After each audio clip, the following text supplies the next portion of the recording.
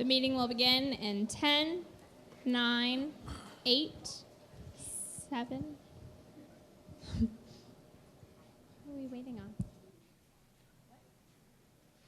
on? Good evening. The regular school board meeting for January 19th, 2016 is now in session. Mrs. Nisi sends her apology as she is unable to join us this evening. Pam, roll call, please. Mr. Craig? Present. Mrs. Belford? Present. Mrs. Henderson? Here. Mrs. Nisi? Mr. Ziegler? Here. This evening, we have two students from Central Middle School to assist us in the opening exercises. Bella Williams, 8th grade, will present the invocation, and Kimberly Maxis, also 8th grade, will lead us in the Pledge of Allegiance. Bella? This is a poem I wrote the other day about not giving up. You can't give up, even when times get rough. Just take a breath, inhale, and let it out, exhale. Times may get hard, cutting you, maybe even scarred. But man up, stay strong. It doesn't matter if you're wrong. What matters is that you tried, you really did your best. Your effort had us mystified, and really, we're quite impressed. Yes, there are a few bumps in the road, and some more now and then. Sometimes you had an overload, but what matters is that you fixed them. This is progress. You have improved. Oh, come on, just take a guess at how many gears you've moved. Inside your brain, twisting and turning, your mind has explained why challenges are a part of learning. So don't be ashamed. It's not too hard or lame. Your beautiful mind just grew, and I think you enjoyed it too. Thank you.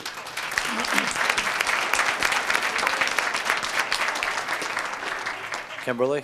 Okay. Oh, Hi. now it's Kimberly's turn for the pledge. Can you guys please rise and look at the flag?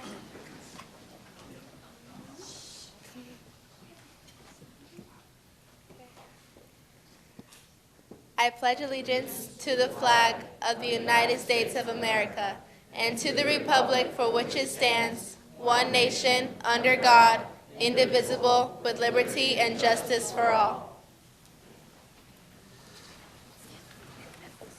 Okay, Kimberly, why don't we start with you since you're up there? Okay. Start with Kimberly. Why don't you tell us a little bit about yourself? My name is Kimberly Maxis. I'm the president of Chorus, and I have 2 brothers and a sister, and I like to dance and sing. And you have family with you tonight? No, not my Okay. Chorus family. Your chorus family, very good. Good answer.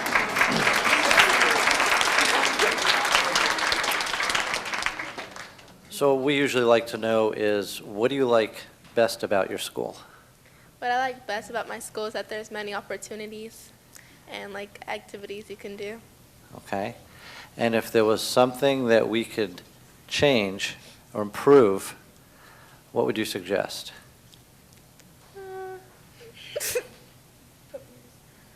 It may be perfect. I mean, Okay. it may be perfect. That would be, we'd be happy with that. I want mirrors in the bathrooms. There's no mirrors in the bathroom? Yeah, there's no mirrors. Wow, I never thought of that. I'm going to look into it. Coming from a man. There's got to be a reason for that. Okay. I also see that you have a few pets. Can you tell us about your pets? Because I can't pronounce one of their I thought you names. said pests. I have 2 dogs. One's named Rastafari and one Cookie. Oh, Rastafari. Yeah. What kind of dogs are they? I don't know. We really want to know about Rastafari. What kind of dog is it? Rastafari's like he's a Chihuahua mixed with something else. All right, we'll leave it at that. Hey, something's come to mind that I wanted to get some student input on. You know, we have these Wednesdays where we have half days. First, I want to know, do you like those early release days? Yes, I do. Okay. I do. You know, some adults don't, but it's really what you all think that's most important to us. But I'm curious, because when I was a student, we had early release days too on Wednesdays. What do you do with that extra time? I sleep. Honesty, that's great. Okay. After we hear from Bella, I'll tell you what I did with that time. Okay. Okay. Thank you. Okay. Why don't you tell us about yourself? I'm Bella Williams. I was actually born in Indianapolis, Indiana, and I moved here 2 years ago. I really did not like my school there, and this school is way better. Like, everyone was just platinum blonde, mascara divas at my school, and this school has a lot more diversity, and I can actually talk with people. I can actually be friends with people who aren't like me. That explains the notes on her piece of paper. Can I share with the audience what she wrote on I it? forgot what I wrote. Oh. She got a couple pictures of people, says, hey, it's okay, and then the other person Oh, I remember says, that. why does everyone hate me? And the other one says, it's just because you're different, and then she says, we all need to love each other. I like that, very nice.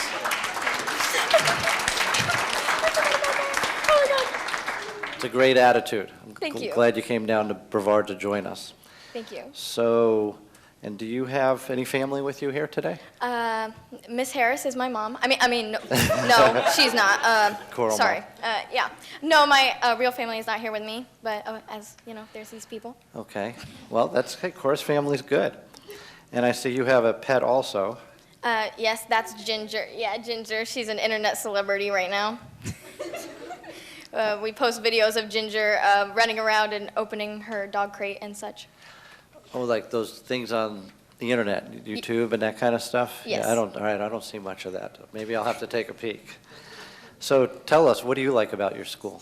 I like that I do like that there's a lot of different people. I like that I can actually I like that I can actually do things in my school, because before you couldn't really have any after school activities or things that you could do during the day or morning school or stuff like that, and here we can actually have a little freedom. Excellent. And if we could improve something, what would it be?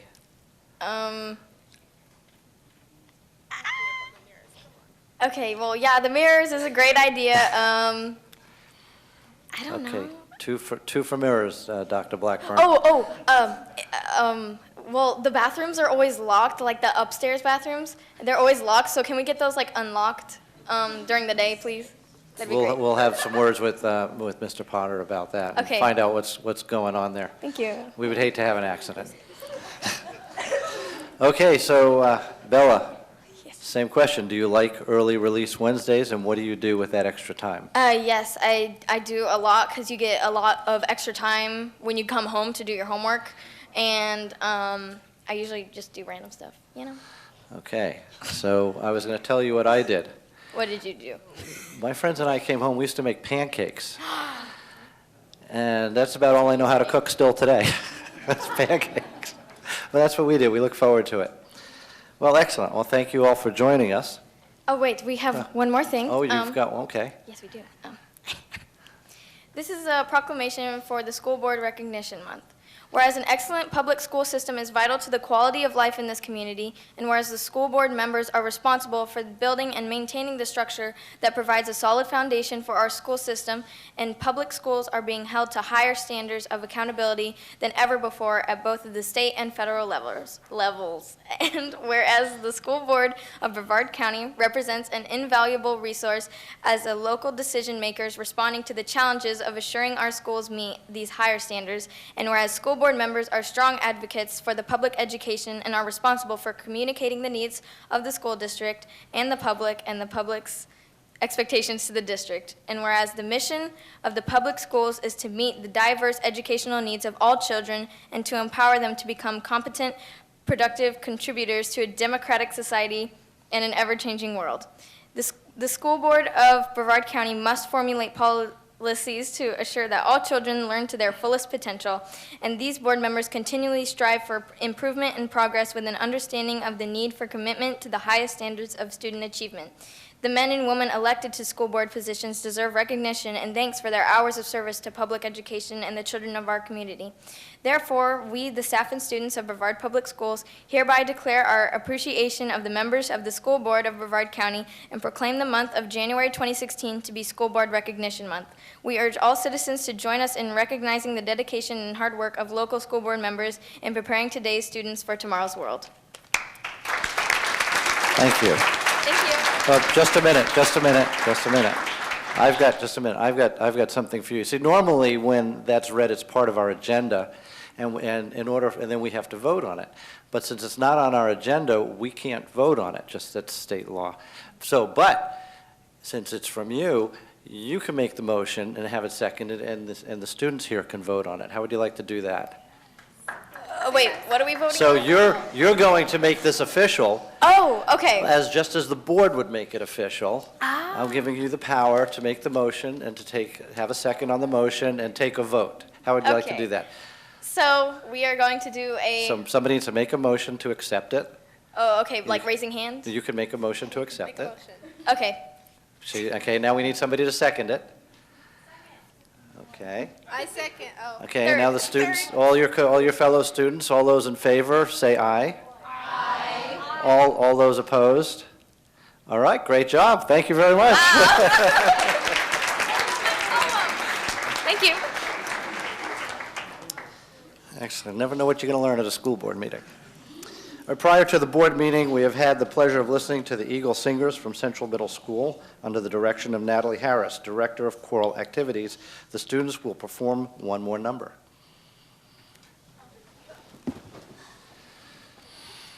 Our last one for you is The Water is Wide.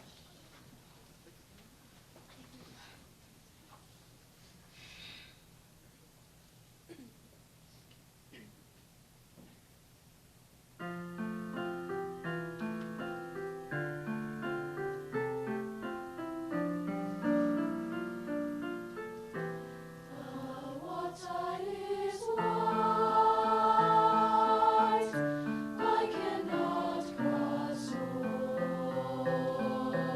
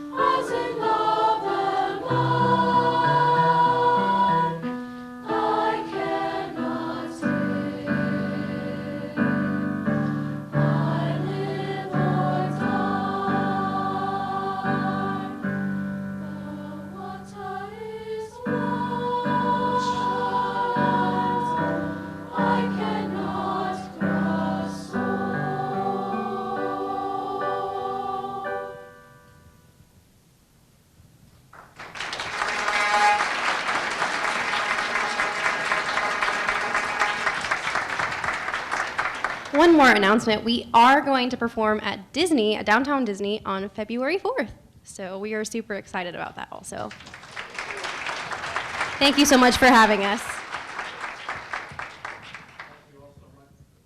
My microphone on. Thank you all so much for being with us this evening. That was wonderful. We will now take a short recess so the students can gather their belongings. Yes, we have recess. Means we're going to take a break while you collect your stuff.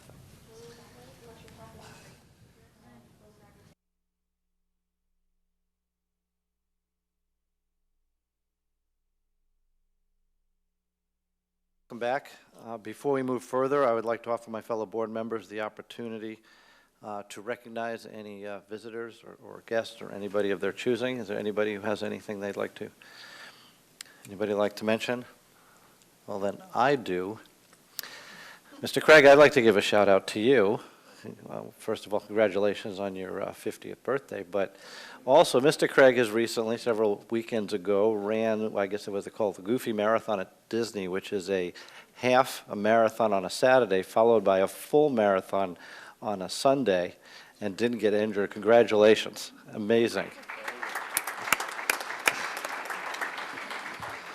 So, and as Dr. Blackburn and I kind of jest each other about going to the gym in the game, Doc, we're going to have to step up our game. He's running away with the show. So, point of clarification, we're not required to run full marathons, are we? No, we're not going to go there. Okay, thank you. Yeah, we'll leave that to John. That brings us to the adoption of the agenda. Dr. Blackburn. Yes, sir. Mr. Ziegler and members of the board, on today's agenda, we have administrative staff recommendations, 1 recognition item, 6 resolutions, 1 presentation, 29 consent items, 3 action items, 8 information items, and 1 staff report. You also have the yellow supplemental agenda, which are changes made to the agenda since being released to the public. There has been 1 revision to item A7 on administrative staff recommendations, 1 resolution addition, item C10 on the HJR 767 SJR 9042 resolution. There was a revision to the item D15 on employee health clinic feasibility study results, and 1 consent revision, item F19, on student expulsions. Also, some board discussion items have been added regarding impact fees, food service issues, and dual enrollment. Thank you. I would like to request that we move staff reports on legislative priority update and have this item immediately following the presentation on employee healthcare feasibility study results. With no objections, do I have a motion to adopt the January 19, 2016 regular school board meeting agenda, its revisions, as well as move staff reports to follow presentations? Motion? So moved. Excuse- The item for student expulsions, Mr. Ziegler, is actually item F18, not F19. Thank you for that correction. Okay, do we have a motion? So moved. Mr. Craig? Second. A motion, Mr. Craig, second, Mrs. Belford. Any discussion? If not, let's vote. Pam, working on it. System a little slow? How come everywhere we go these days there's technical difficulties? There we go.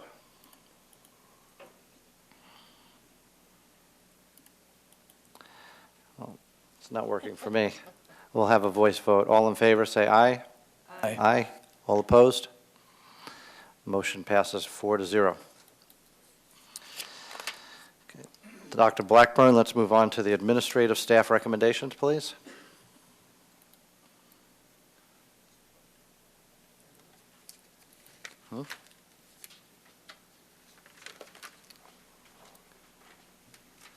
Yes, it made us.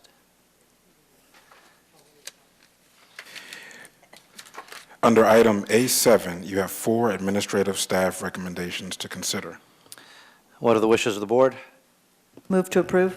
Second.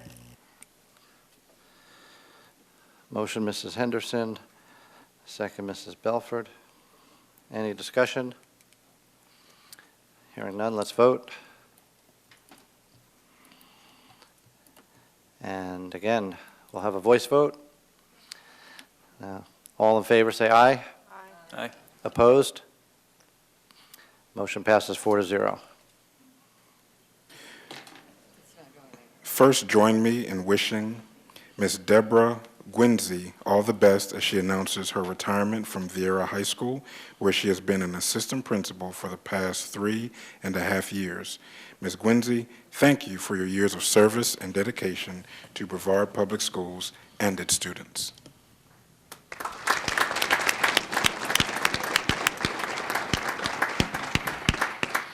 I just want to thank everybody that I've worked with the 21 years that I've been in Brevard County. It's been wonderful. Thank you to everybody.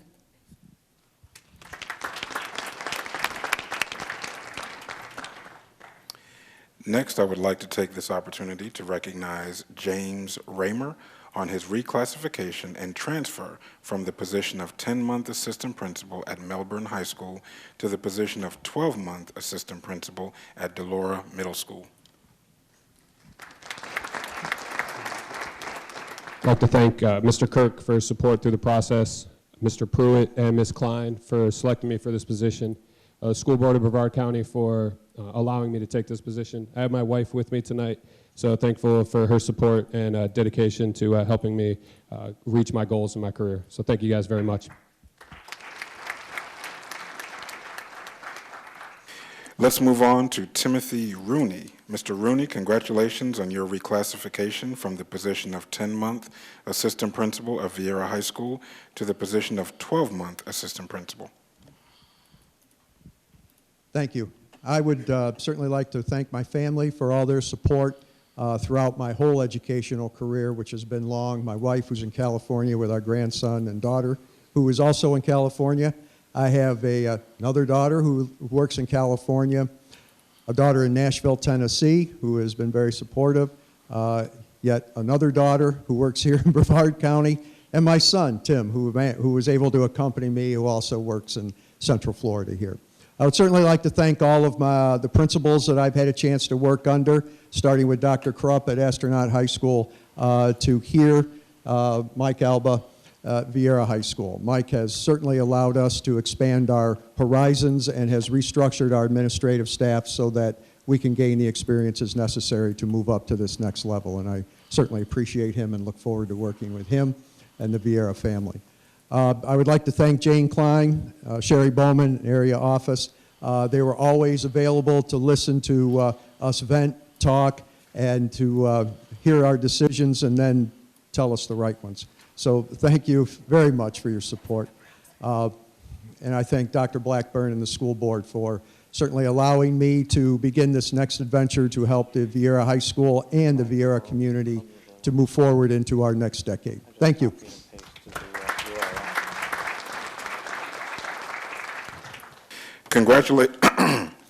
Congratulations also to Lucius Chambers on his reclassification and transfer from the position of assistant principal at Endeavor to the position of school administrator on special assignment at Gulfview Elementary School, effective January 20.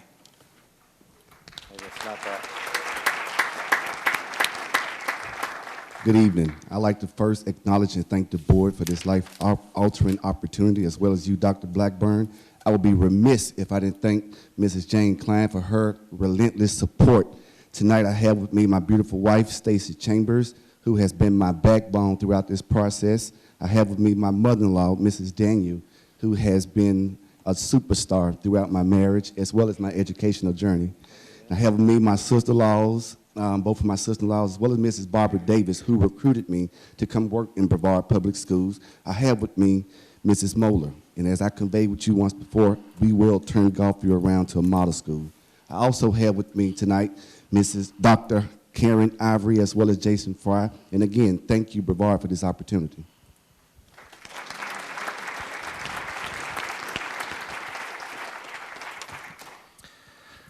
Thank you. Congratulations. Dr. Blackburn, please tell us about recognition items on this evening's agenda.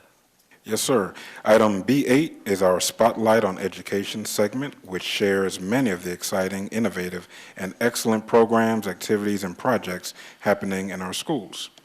Featured this evening is Indialantic Elementary School, whose presentation will highlight the school's AIM Humane program, which focuses on character education and teaching students about humane treatment through interacting with shelter animals. Please welcome Indialantic Elementary gifted teacher and AIM Humane Program Coordinator, Virginia Hamilton, accompanied by Amy Delago, gifted teacher from Anderson Elementary, and Tammy Strain, gifted teacher from Atlantis Elementary.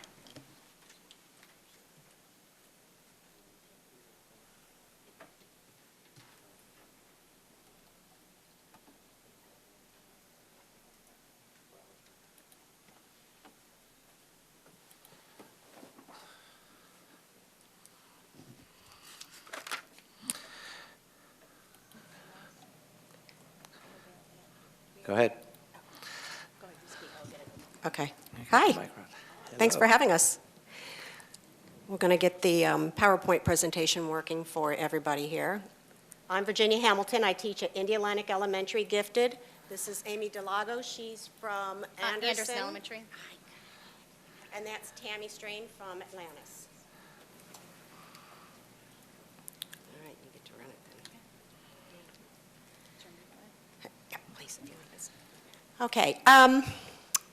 I started AIM Humane several years ago, and it started with a small idea in the classroom, and you can see the logo that was started in the very top, and it has now been done professionally, and actually it's two students that I had from Tropical, Emma Huff and Sheridan Respis, and I think her mom's here, that developed the logo.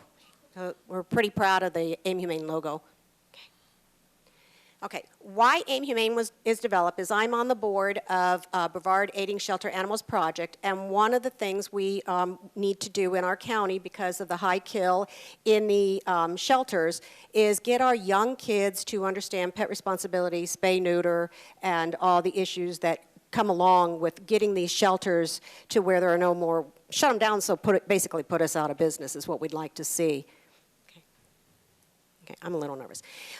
One of the things I had to do, or I felt I needed to do, was to get a certification as a humane education specialist. It's a 5-course program, just like getting an endorsement, and I've just been certified in 2015. And I learned a lot through that. And I'm also a member of the Association of Professional Humane Educators as well. There's lots of classes, webinars. They have conferences throughout the United States. And it's a great membership to be involved with. And this is for obvious reasons, but many of you have seen the overpopulation in our shelters, and they show you this here with the cat, and this is the reason why I connected with Brevard ASAP and getting our students involved as well. Well, I don't know if you've heard about a program called READ. It stands for Reading Education Assistant Dogs, and basically they use the Glasser model with reading and communication. It actually builds self-esteem with children when they work with animals. I do know that Tropical has this beautiful dog that goes in named Nina, and she's with the therapy, I cannot remember what, Care to Read program that Dr. Murray started years ago, and Nina goes in, she's gone in for years now, and works with the children there, especially in the VE class, and you know, these animals actually can tell what's going on with a human. And I know that there's one child in there that when the child has an issue the night before and the child is sleeping in the classroom because they're so knocked out, Nina immediately goes in that door and runs to that child and lays by that child while the kids read to the dog. One thing that is great about working with animals, reading to dogs, is dogs are non-judgmental. So if you have children that have a hard time reading aloud, reading to an animal does promote greater self-esteem. Being kind to animals promotes compassion and empathy, and if you have a caring child, that also promotes helps in the academic world as well. If they care about another being, they're going to also care about their academics. And did you know that statistically, the way a third grade child is tends to be what they're going to be like as an 8th grade child? And this was our recent visit to the SPCA. I'm going to show you a video in the end. I bused my class there, and you can see some of the pictures, and they were reading to the dogs. Of course, you know, the dogs are getting a kick out of just having some human companionship, but the kids get a lot out of it too. And these are the books. I have a lot of titles. Ladies have, if you want to start passing these out. They're through Donors Choose. I don't know if a lot of teachers know that this is available to them. Donors Choose and Adopt a Classroom. They're really great programs to get involved with. Almost every one of my class sets that you see there have been provided through Donors Choose or been awarded through the American Professional Humane Educators Program. Now, before I started AIM Humane, I had to make sure that I got Common Core and Florida Standards. So for every single title that a teacher may want to use, I do have all the Common Core standards and the Florida standards to go with them. And that took a long time to get all that out for everybody. And there's the Sunshine State standards. There's so many standards that can fall into this because you're doing character education as well as humane education. Okay. This here, I put in here on purpose because 2 years ago, I gave an in-service at the South Animal Care Center in the February in-service. And the teachers came out and they got to go behind the scenes and see dogs. They got to see a lot of bait dogs. I'm sure you're very familiar with dog fighting. So, and then they came in and I had guest speakers and we talked about pro-social change in the classroom and how to do the character education in the classroom with the kids. And I wanted to show just a little bit of the feedback that the teachers are saying that we would like to see more professional development trainings such as this, that it just is more meaningful to bring back to the kids. Why should we include humane education into the curriculum? To create better students, compassionate citizens, and they contribute to the community this way. Foster a sense of responsibility for children to act upon their personal beliefs, and that's what I do with my kids. Is I don't spoon feed them. I just prompt them or incorporate some of the for them to come up with their own beliefs, what is right in the world, and how they can make a change in the world, and that type of thing. Cultivate empathy for animals, and that goes a long way. It's not just animals that they actually become respectful with their classroom peers as well. Encourage students to strive for a sustainable society while protecting natural resources. It's not just about animals, it's about human beings, and it's about working on our earth, protecting our earth as well. And this is a very effective way to reduce and prevent violence in the school, because as you probably know, if there's a violent tendency in the house, it starts with an animal first. And this is one way to get the kids to empathize. I had a student at a school that her dad wanted to breed pit bulls, and the daughter had said, you know, I'm learning this in the classroom, and we really don't want to have extra puppies. And the father had made the comment that, you know, that this is something he was going to do. And I said to her, you know, but my goal is to help you learn what is best for you, not necessarily, you know, because your parents she may not change her parents, but she's going to be a great citizen when she grows up to protect the animal world, the environment. And so the next day I watched her take a lizard off of the sidewalk and put it in a bush. So, you know, I made a change with that, or a difference with that young lady. And we all know that character education and humane education, they both go hand in hand. And, you know, and the thing too is, you know, you have people that want to go into the classrooms from, like, say, the zoo to educate kids. But, you know, if you're going to just do it one day, they're excited for the one day, maybe the next day, and then it's gone. You need to do this on a daily basis, and like you do with your math. You can incorporate reading, math, science, social studies into humane education with a lot of the wonderful, beautiful literature that's out there available to the students. And I don't know if you all know this, but Florida does mandate humane education and character education as well. This is the book that I've chosen for, we do have the SPCA working with us. They have this brand new building, beautiful classroom. The three of us went in and, over the summer and spent decorating it, getting it ready for the bus. And so this is the book we've chose. It's Raining Pups and Dogs, and it's all about a little girl that wants her dog to have puppies, and Dad takes her to the shelter to show why you don't want all these puppies, and explains that, so she learns a lesson through that. This is what, this is the flyer that we are going to send out to your schools, media people, so that they can give this to the teachers. And there will be a couple of ways that your kids can be involved in humane education. Let's see. That's okay. One way is they can bus to the SPCA. Now, I know if you're way down south in Palm Bay, that might be a little more difficult, so more of the schools up there can bus there, and we're going to put a schedule together. They can go on a Thursday. They'll arrive there around 10 o'clock, go in and read to the dogs, go back into the classroom, and then learn about the spay-neuter, why it's important to be a pet. And then they can go back into their classrooms with their teachers, and they can work on activities on through their reading program, social studies, and I provide all the lesson plans with the books. The other way is that the teachers can contact me, and that's what many of them are doing, is to say, because if you look at the list, that's most of the titles. I have 2 more for secondary. But they can look at the titles and say, and email me, I would like, say, 18 copies of It's Raining Cats and Cats.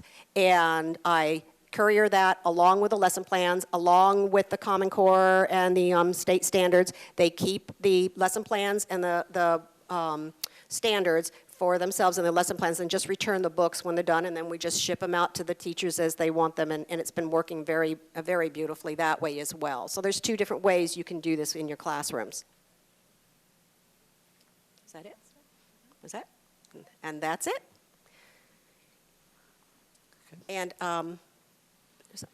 I do know that risk management, one thing we got approved from them is that when they do work with the dogs in the shelter, read to them, their hands do not go in the cages. So if you're a little nervous, they're not putting their hands in the kennels. But I got to tell you, the pit bulls or mixes are the best ones to train anyway, so they're really great. Thank you, everybody. Thank you. I think we were all wondering that ourselves, so thank you for clarifying. Any board members have any comments? I would just comment that I had the opportunity to go along with the Canine Commandos program, which we've had at my children's school for some time. And of course, most of the world knows I'm a pretty big animal person. It's a phenomenal program, and to see the children connect in ways that they don't connect in the classroom, I think is a humongous benefit. And then, of course, the benefit to the community and the animals and all of that. But I think it's important that we realize that there are definite benefits for the students as well. There is. Thank you.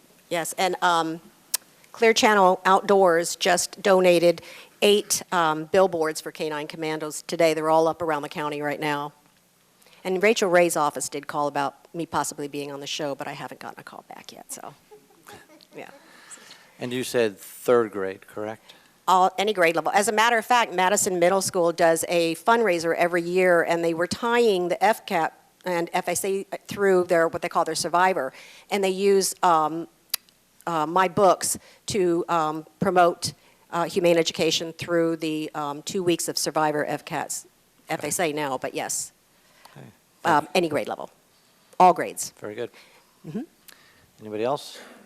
Thank you very much. Thank you.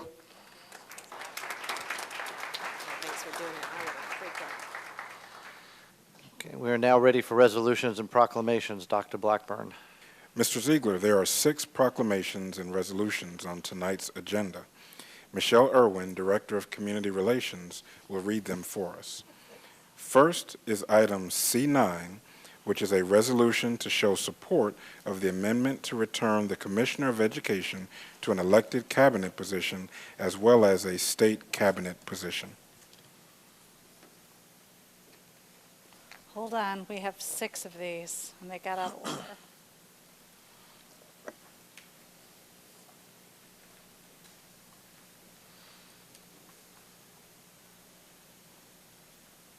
I'm sorry, I don't have that resolution off of the board agenda.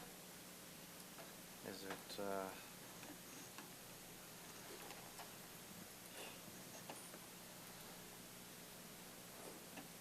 Get that for me. Want me to read that one for you, Michelle? why don't we have Mrs. Belford, read it if she'd like to. In your teacher voice. Oh, I'm not going to read it. I'll turn your mic on. This resolution is made by the School Board of Brevard County in support of the enactment of House Joint Resolution 767, Senate Joint Resolution 942, referred to as HJR 767, SJR 942, which are pending before the 2016 session of the Florida Legislature. Whereas the people of Florida have stated in Article 9, Section 1 of the Florida Constitution that the education of children is a fundamental value of the people of the state of Florida, and have prescribed in the Constitution that it is a paramount duty of the state to make adequate provision for the education of all children residing within its borders. Whereas the School Board of Brevard County has one of its major purposes the support of public education in the children of Florida who attend public schools, whereas the School Board of Brevard County believes strongly in direct accountability when educational decisions are being made and taxpayer funds are being expended, whereas the School Board of Brevard County believes that such accountability is best achieved when the public officer in charge of the public education system is directly responsive to the public through election, whereas currently the Office of the Commissioner of Education, who is the head of the Florida Department of Education and oversees the public education system, is an appointee of non-elected members of the State Board of Education, whereas the citizens of Florida are deprived effective input into the operation of the public school system in Florida as a result of not having an elected Commissioner of Education and an elected State Board of Education, which would be directly responsive to the people of Florida. Whereas, prior to 1998, the Commissioner of Education was elected statewide by the people of Florida, and the members of the elected Florida Cabinet served as the State Board of Education, together overseeing the public education system in a manner which was responsive to the electorate. And whereas HJR 767 SJR 942, if enacted, will return direct accountability over the public education system to the people of Florida. Now therefore be it resolved as follows. The School Board of Brevard County endorses and supports HJR 767 SJR 942 and the return to elected office of the position of Commissioner of Education as a member of the Florida Cabinet and the replacement of the non-elected Board of Education with the Florida Cabinet as the Board of Education. The School Board of Brevard County encourages all of its members, supporters, representatives, and other individuals who believe in having direct voter input into educational decisions affecting the public school students in the state of Florida to actively campaign for and support the enactment of HJR 767 SJR 942. The School Board of Brevard County urges all members of the Florida Legislature to vote for and support HJR 767 SJR 942 and the return to the people of direct accountability over the Florida system of public schools. Am I supposed to say something else after that? That's good. Now therefore be it resolved. Now Is there- therefore be it resolved. What are the wishes of the board? Move to approve. Second. Motion by Mrs. Henderson, second by Mr. Craig. Any discussion? Yes, sir. I would just like to make sure that all of us, as we go to Tallahassee next 2 weeks from now, I believe it is, that we all utilize our time to really push this. I think it's the right thing to do, and the more we can educate our local representatives on why this is so important and why we think it is good for the students of not only Brevard but the state of Florida. I really want to make sure that we have this at the top of each of our agendas when we meet with our legislators.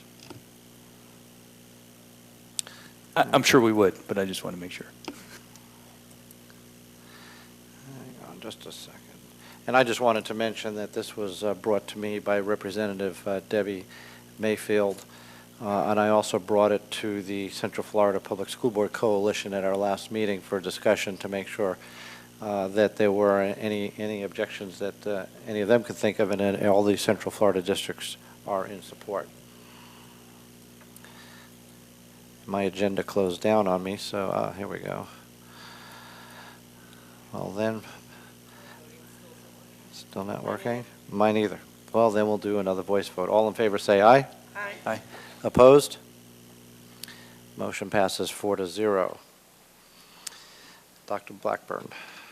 The next item is item C10, which is a proclamation declaring January 25th through the 29th, Celebrate Literacy Week, Florida.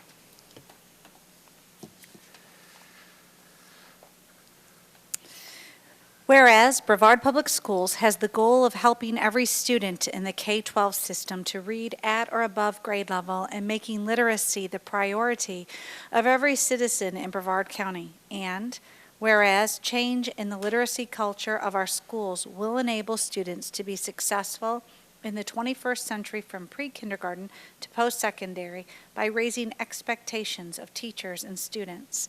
And whereas involvement in literacy programs and projects is increased through high school and community awareness of such programs, and whereas promoting the enjoyment of reading for all ages, children to adults, increases literacy rates, and whereas parents, families, neighbors, and mentors play a crucial role in helping children learn to read, and whereas Just Read Florida is a comprehensive, coordinated reading initiative aimed at helping 2.6 million students become successful, independent readers, and has thus been recognized as a national model. And whereas the Florida Department of Education's mission is to increase the proficiency of all students within one seamless, efficient system, by providing them with the opportunity to expand their knowledge and skills through research-based learning opportunities valued by students, parents, and communities. And whereas Rick Scott, Governor of the state of Florida, does hereby extend greetings and best wishes to all observing January 25th through the 29th, 2016 as Celebrate Literacy Week in Florida. Now, therefore, be it resolved that the School Board of Brevard County hereby declares the week of January 25th through January 29, 2016, Celebrate Literacy Week, Florida, this 19th day of January 2016. What are the wishes of the board? Move to approve. Second.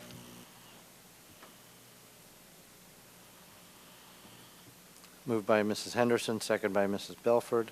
Any discussion? Voice vote, all in favor, say aye. Aye. Opposed? Passes 4-0. And we continue to have some technical problems. Let the board members know that staff will be rebooting the e-agenda server. So if by chance we need something off of it during our meeting, we will then have to recess until it's back up. But I think that they should be able to get back up and before we need anything. So, Dr. Blackburn. I'll read very slow. Don't worry, I have a Smart lot. guy. Item C11, which is a proclamation declaring February as Career and Technical Education Month.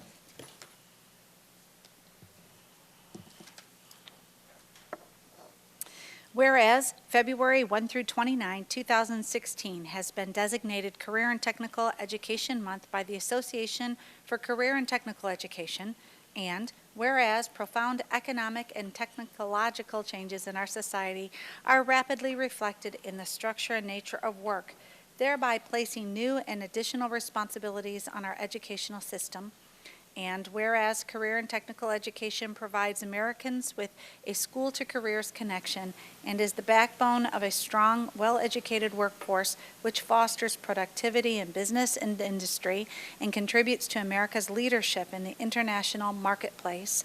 And whereas career and technical education gives secondary students meaningful experiences and practical applications of basic skills such as reading, writing, mathematics, and science, thus improving the quality of their education, motivating learning, and giving students leadership opportunities. And whereas career and technical education is a tried and true solution to ensure that competitive skilled workers are ready, willing, and capable of holding jobs in high-wage, high-skill, high-demand career fields such as STEM disciplines, nursing, allied health, construction, information technology, energy sustainability, and many other areas that are vital in keeping our nation competitive in the global economy.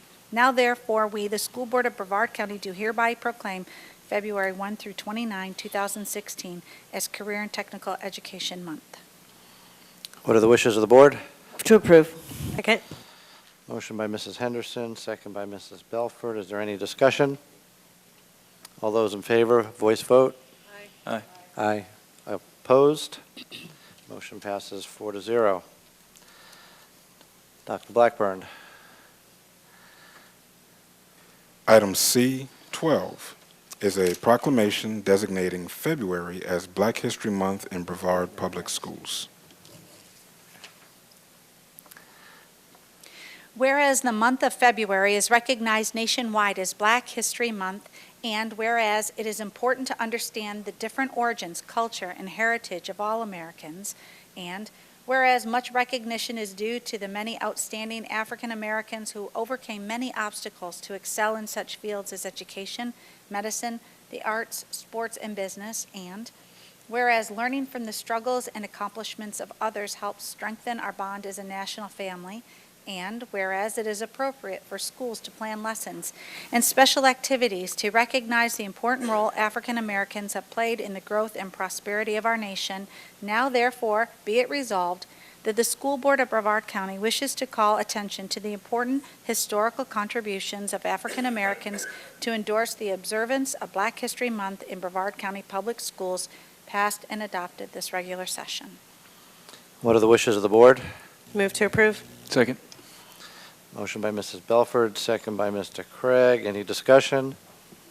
All those in favor, voice vote? Aye. Aye. Opposed? Passes 4-0. Dr. Blackburn, before you continue, I'd like to interrupt our regular agenda to make a very important announcement.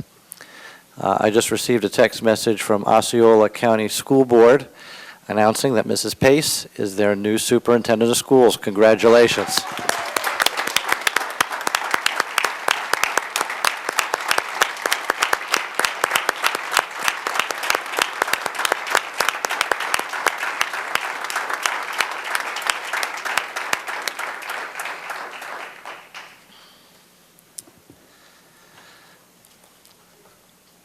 I'm not even really sure what to say because that's a great opportunity for you, Mrs. Pace, and we, Dr. Pace, true, Mrs. Pace, and we here are going to have a big set of shoes to fill. You're a tremendous asset to this district, but we're very happy for you.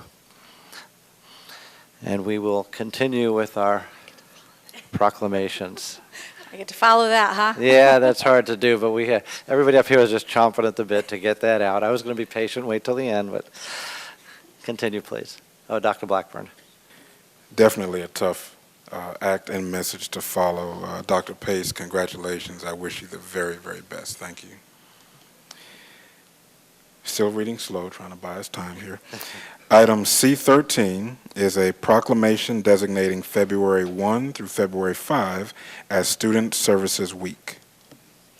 Whereas the Student Services Program in Florida's public schools includes guidance and counseling services, visiting teacher services, school social work services, occupational and placement services, school health services, and psychological services, and whereas Student Services Week helps to focus citizen attention on the Student Services Program as an integral part of the total public education program, and whereas a specifically designated week provides the opportunity for student services personnel to more fully define and present their services to students, faculty, parents, and communities, now therefore be it resolved that the School Board of Brevard County, Florida hereby designates February 1 through 5, 2016 as Student Services Week.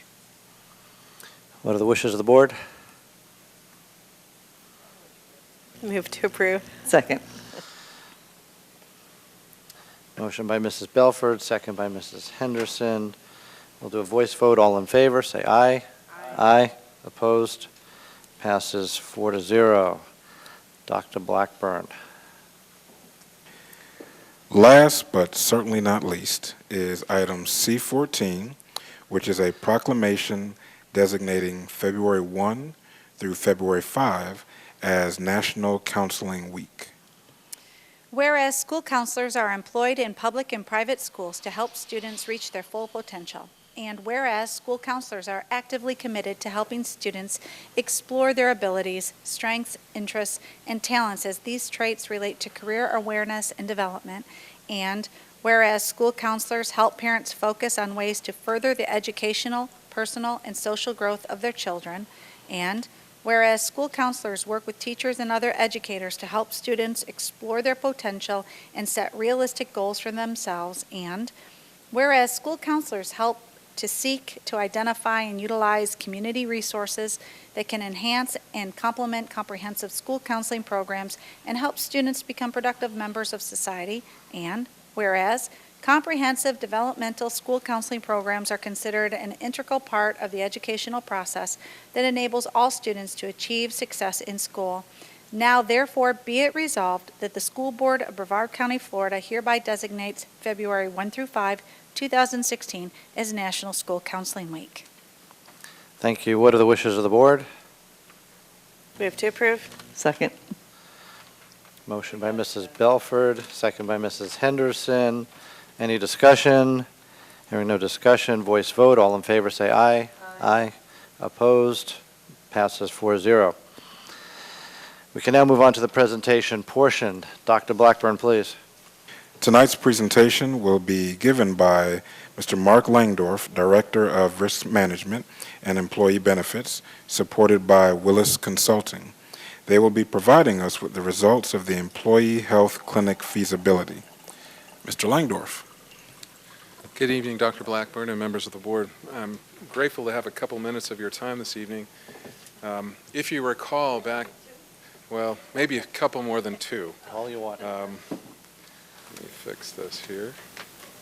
If you recall back in August, myself and our Willis team with Doug Lay, unfortunately Doug Lay is not here this evening. He is their practice leader for actuarial services. But I have Chris Wartz with me, Sue Cogno, and Karen Mitchell from our Willis team to assist tonight in the presentation.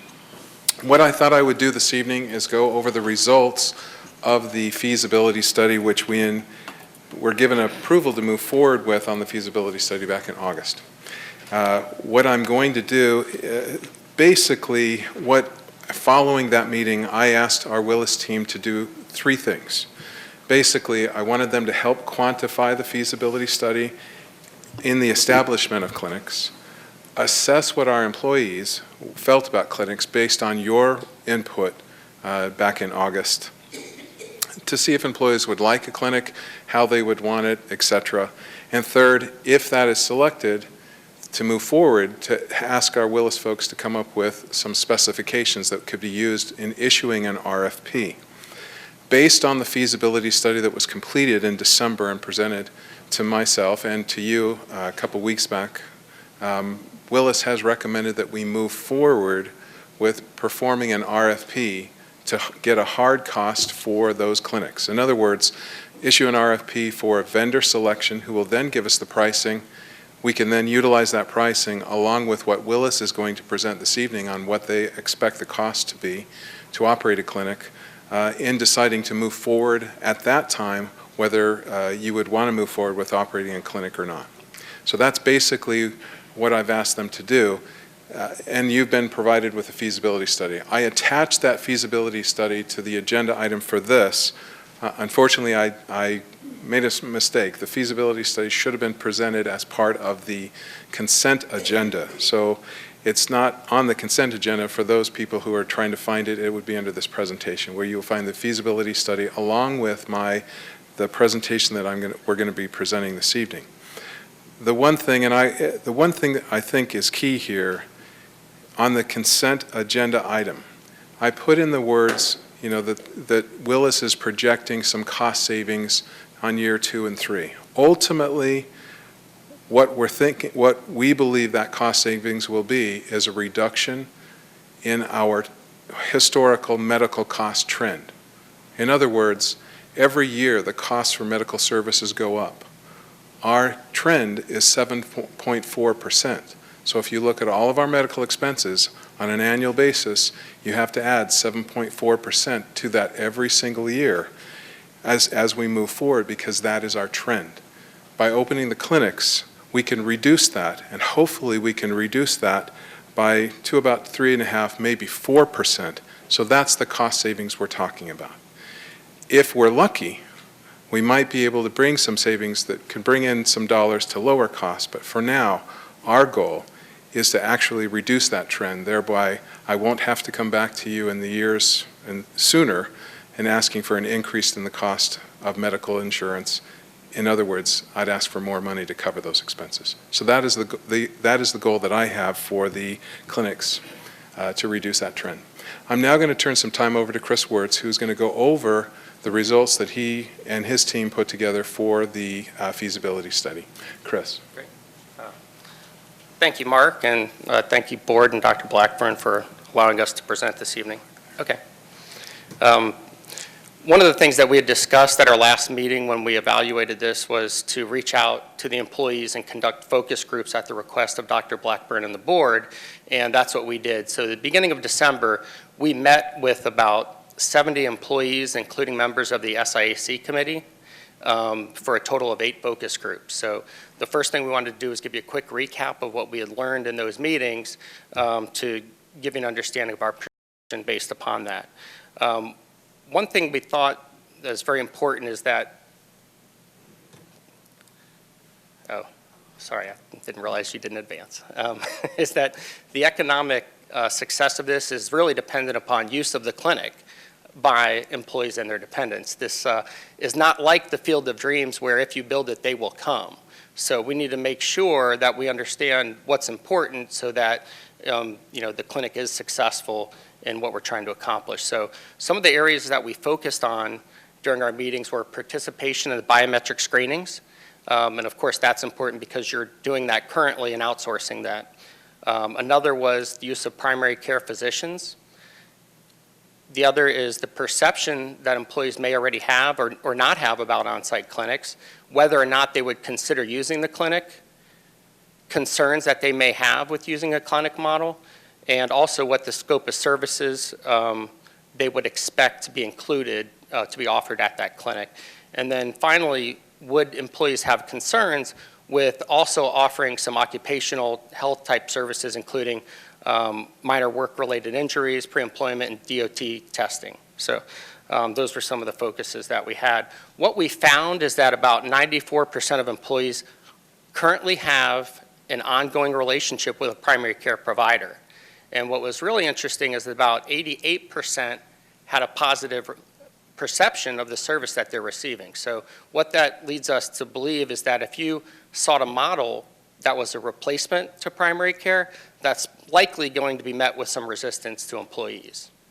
What we also did was dig a little bit further with regards to that to get an understanding of how well they understood the role of a primary care.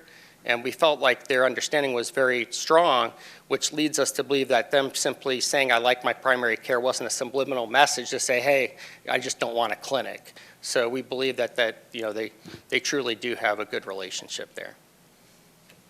Okay.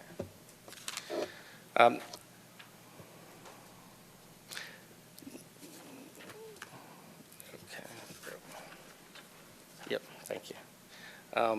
When asked if they would consider using an on-site clinic, 83% said that they would try it, 13% said they would not, and 4% were unsure. So that does suggest a strong interest, which obviously is very positive. When we asked about what type of care they would like to seek at the clinic, the response was more towards urgent care type procedures or episodic care. So that kind of reflects that relationship with the primary care. When asked about concerns, we did hear that one of the consistent messages is that my employer has no business in my health care.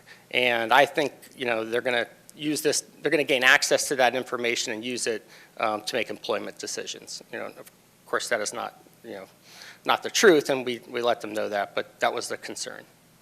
The other thing that was really important is that the cost for them to utilize the clinic is going to be of particular interest as to whether or not they would use it.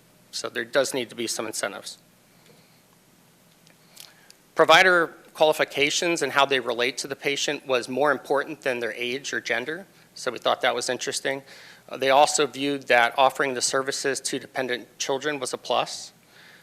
The consensus was that they would like to see 3 locations of the clinic, so you'd have north, central, and southern locations. They were very adamant that an important factor would be access in proximity, so the suggestion was to have it somewhere close to 95 so that those living in different areas would have good access. So that was a big consideration.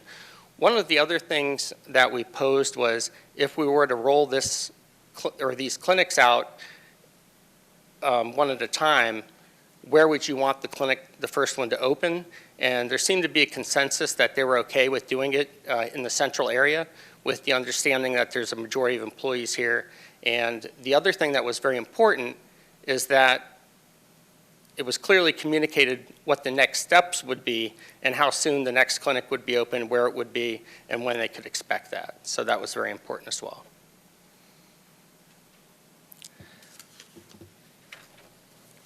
Some of the primary reasons for considering an on-site clinic, of course, are cost. The other, as Mark alluded to, would be an opportunity to moderate your future healthcare trends. Mark kind of talked about this, and all of you are probably very well aware of it. Every year, we're fighting that ongoing healthcare cost trend, and that's an ongoing battle. So anything that we can do to help avoid that is certainly something that we're interested in.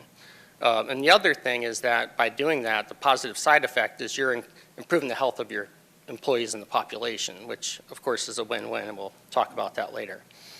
So a concern with a lot of employers is they're unwilling to make a short-term investment or make that investment up front for in the short term, understanding that some of the rewards will be more of a long-term gain after years of helping the population. So what we tried to do as part of our analysis was look at the objective cost savings that you could expect, as well as the subjective ones, which would include improving the health of the population. Excuse me for 1 second.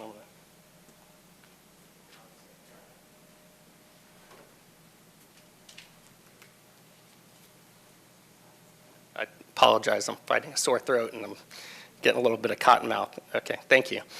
So the cost of the clinic to operate, of course, is going to be variable based upon the type of clinic and the model, the providers, the hours of operations, the practitioners, and things of those nature. Thank you, Mark. So the RFP is going to help us, as Mark said, to actually refine what we expect this to look like and what your actual cost will be, because we'll have hard figures behind that so we can accurately quantify that for your evaluation.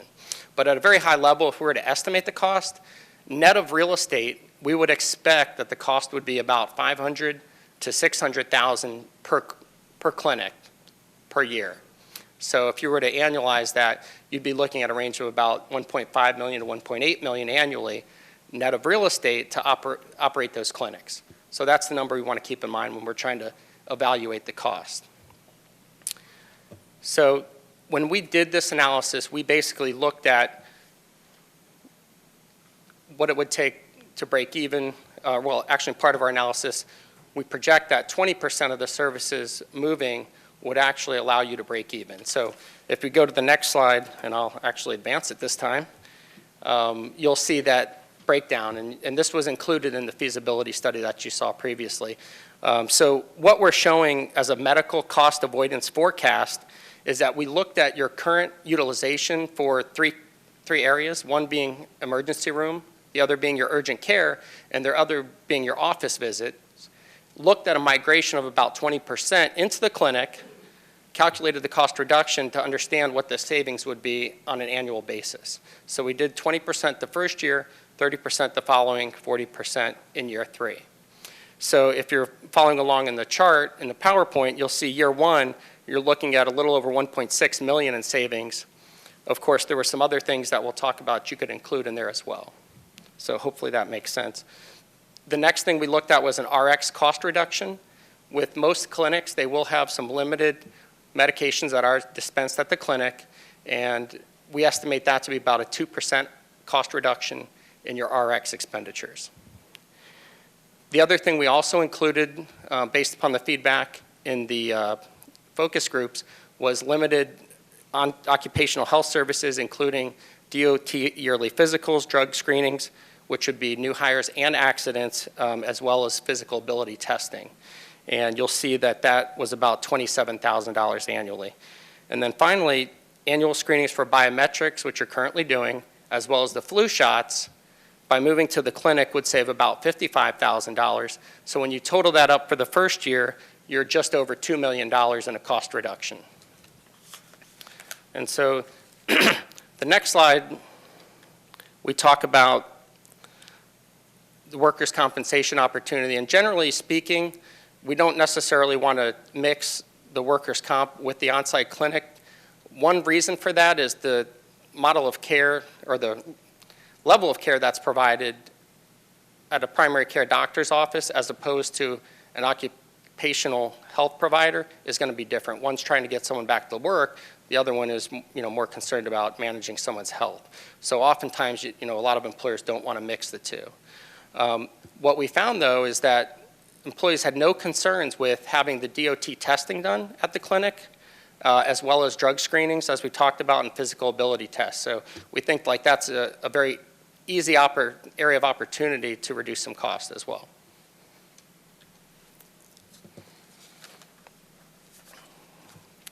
Another area of opportunity is the screening-related services, and we kind of talked about this already. We feel like there's about $55,000 that could be reduced in your spend by moving that to the clinic.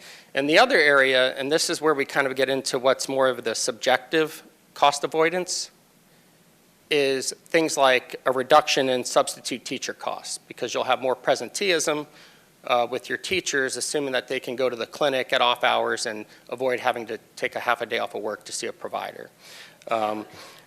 So we think there's some value there. It's just a little bit more difficult to evaluate that, as well as paid time off and things of that nature.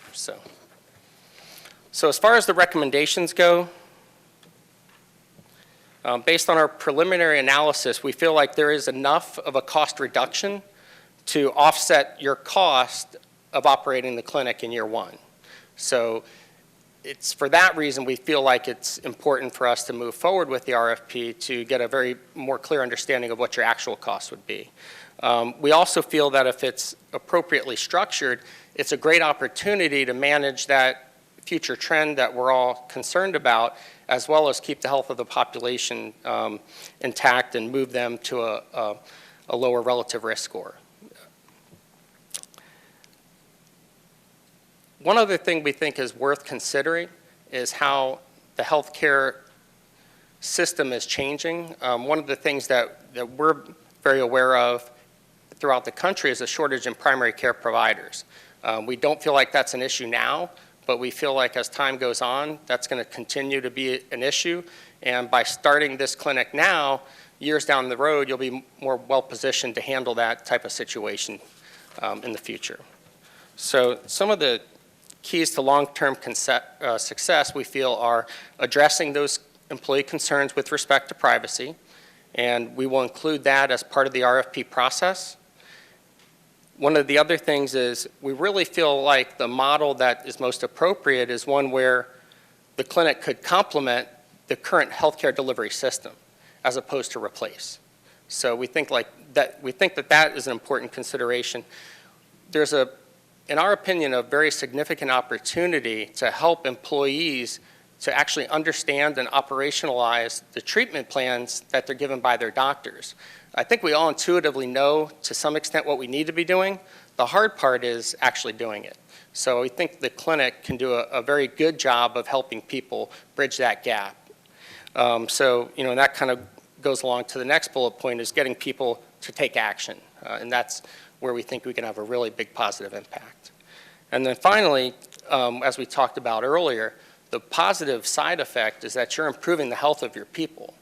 And we really feel like this could be a great benefit to them. And while you're doing that, of course, you'd be cutting costs, which is a win-win in our opinion for everyone. So regarding next steps, we want to make sure that we clearly articulate employees' concerns within the RFP, make sure that parameters are built into the RFP process where they are addressed. We'll finalize the scope of the clinic services that we would be looking for, and then also set up and identify measurable objectives and measure those over time, because we want to understand what we're going to say will make this successful, and then measure that so we can come back and say whether or not we've done that. And then, of course, if appropriate, Once we get the RFP responses back, it would be up to you whether you wanted to proceed, moving forward with an on-site clinic vendor. And then finally, we'll continue to monitor, if you do implement, how things are running and look for areas of opportunity to refine your current model or find areas of improvement.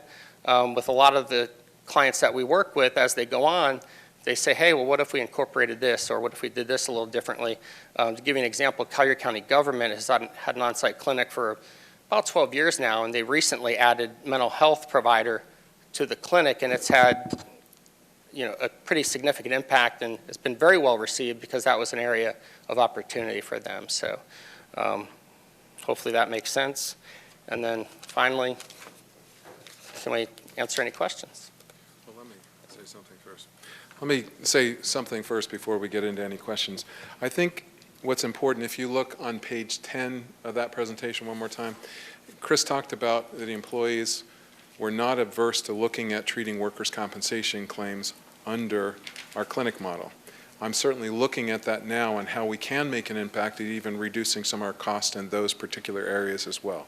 I think there is a way to incorporate that into the clinic without getting into the issues that Willis has certainly voiced, and that is that clinics and workers' comp should be separate.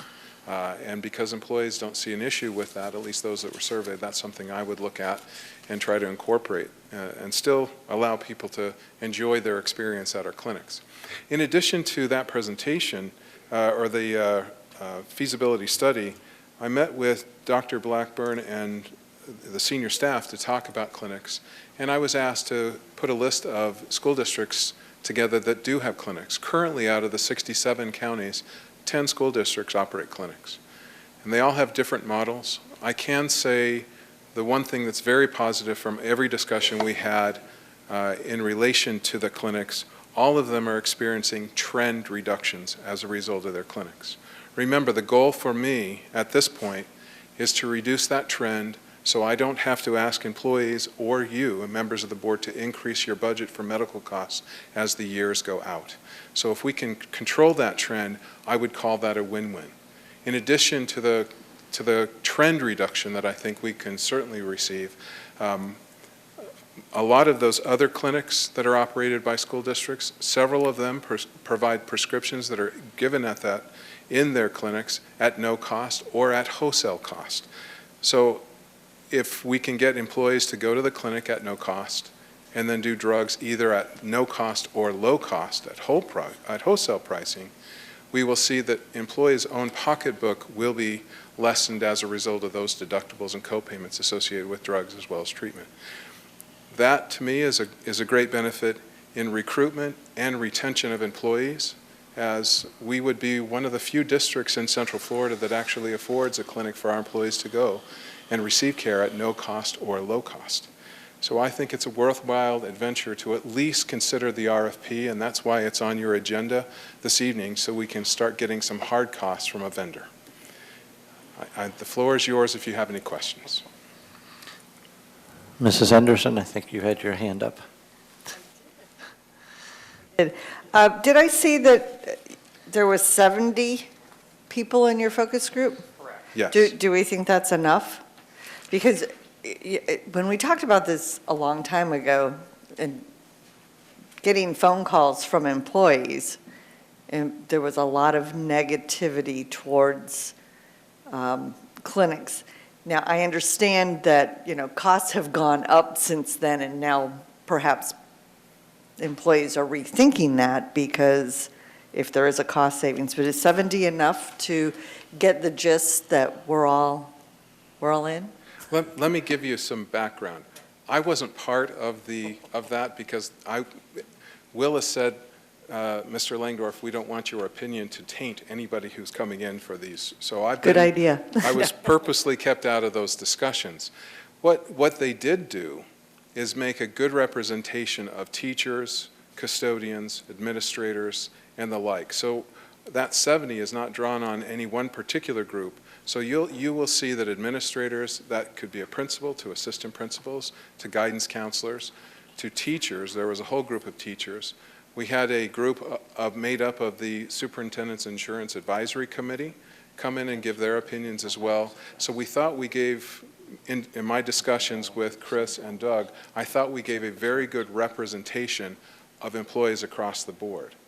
One thing I didn't describe to you this evening, my intention, if you give us approval to move forward with the RFP, typically with an RFP, the specifications for that is developed by the department solely. What I've asked Willis to do is help us put together specifications. We're then going to notify employees that we would like to have sit on the RFP committee, and I will be presenting those specifications to them before it goes to our purchasing department to get their input. Does this match what you would think we would need to have in this clinic? All of that's about getting employee buyback. So we're not just stopping with the 70. Before that's even issued on the street, asking for a vendor to consider, employees representing the district will help us come up with those specifications. That sounds good. Okay. And I personally am in favor of going out for the RFP because I think that we do need to get the costs. I think this is a great time and a great opportunity for not only Brevard Public Schools, but our employees. I do think that there might have to be a campaign afterwards to sell it. We will be doing that, definitely. To some of our employees. Thank you. Anybody else? Mr. Craig? First of all, thanks for putting this all together. This is great. You know, as you know, I've been in favor of at least exploring this for some time, and I think this is a great opportunity. And thank you to Chris and Willis for your efforts in it as well. One thing, going back to page 10 there, or slide 10, and you mentioned a little bit there. I'm still a little confused on that bullet. You talk about workers' comp, but then you also talk about that there's little concern over this issue. I'm not sure if that means this issue is workers' comp stuff, or whether we're looking at like pre-employment drug screenings and that type of thing. And although you said that they weren't, you know, this focus group was showed little concern over this, you said that earlier that their biggest concern was the fact that the district would have access to information. So that kind of seems to be counterintuitive there. Can you explain to me exactly, again, that bullet just, it seems to be mixing two different things, and I'm not quite sure where you went with that. Well, and I'll let Chris talk about that a little. The one thing that I think that you need to understand, when it comes to health care, that would be provided to you through your PCP and the like, we have no access to that. Oh, I understand. I understand the HIPAA, right. you know, Exactly. Absolutely. I understand that. I just didn't understand. The first sentence refers to workers' comp, which would be workers' comp claims and that type of thing. Obviously, that does become part of the district's record if, you know, obviously there's a claim there. But I wasn't sure if that's what you were referring to in the second sentence, or if you were referring to other occupational health services, because that's what that sentence says. It would be there was little concern from the employees within that group, and I'll let Chris clarify that. From my understanding, employees who were part of this study didn't see a problem in either handling a workers' compensation or simple workers' compensation cases, those that need not be referred out to specialists, for example, as well as the DOT screenings, the Department of Transportation screenings that are required for all of our bus drivers. We do pre-employment screening for some of our custodians as well to make sure they can physically do the job, that sort of thing. There was little concern on their part from handling that through the clinic. Is that your understanding, Chris? I think I think Mark represented that very well. I think when we're talking about workers' comp, we, as consultants, kind of look at that as workers' comp as well as the occupational health services together. When we asked a very specific question regarding the occupational health services and things, you know, that they may have concerns with, and we addressed these items specifically, they felt very little concern about privacy. And so, you know, whereas the concern was, I don't want my employer knowing my health information, if it were things like DOT testing or even some of the things that were talked about were minor triage for, you know, minor accidents. So they had no problem with that, and there was no privacy concern. So, I mean, that was an interesting thing that we found from this. And again, I would just, you know, obviously that's a maybe a subset and Sure. not obviously the core function of the clinic. So you want to make sure that we're taking care of the core thing. Right. The other question I had was about ACA and how does a clinic in maybe one quick minute explain to me how it affects ACA, not only reporting but our compliance and Cadillac tax, all that type of stuff. Oh, thank you. That's a great question. One of the things, and we addressed this at our initial meeting, is the Cadillac tax concern. And some people now call it the Chevy tax because it doesn't need to be a Cadillac tax or Cadillac plan rather to hit that tax. It's since been postponed to 2020. So you bought a couple of years, but essentially when they look at what that tax would be based upon, it's the full cost of your health plan, so essentially your fully insured premium equivalents, plus any pre-tax contributions, so that would be FSA contributions, even HSA contributions, even if it's not employer-based, if it's simply the employees putting it in there. So of course, the on-site clinic cost would be incorporated in that. However, it's a pretty big cost avoidance doing it through the health clinic as opposed to having your claims escalate. So the net effect is you're going to lower your exposure to the Cadillac tax. So, it's one of the better ways I think you can help mitigate that exposure, long term. So, and as far as the reporting part of it, it's kind of separate from that because the reporting is just based upon enrollment and things like that. I think the big key from my point of view, and the reason why clinics are important, and we brought this to you in August, we can actually delay paying those taxes longer. Obviously, Chris mentioned that there was a 2-year delay in the Affordable Care Act taxes that could occur for 2 years, but the law has not changed at this point. So unless it changes, in 2 years, we'll be subject to taxation from year one.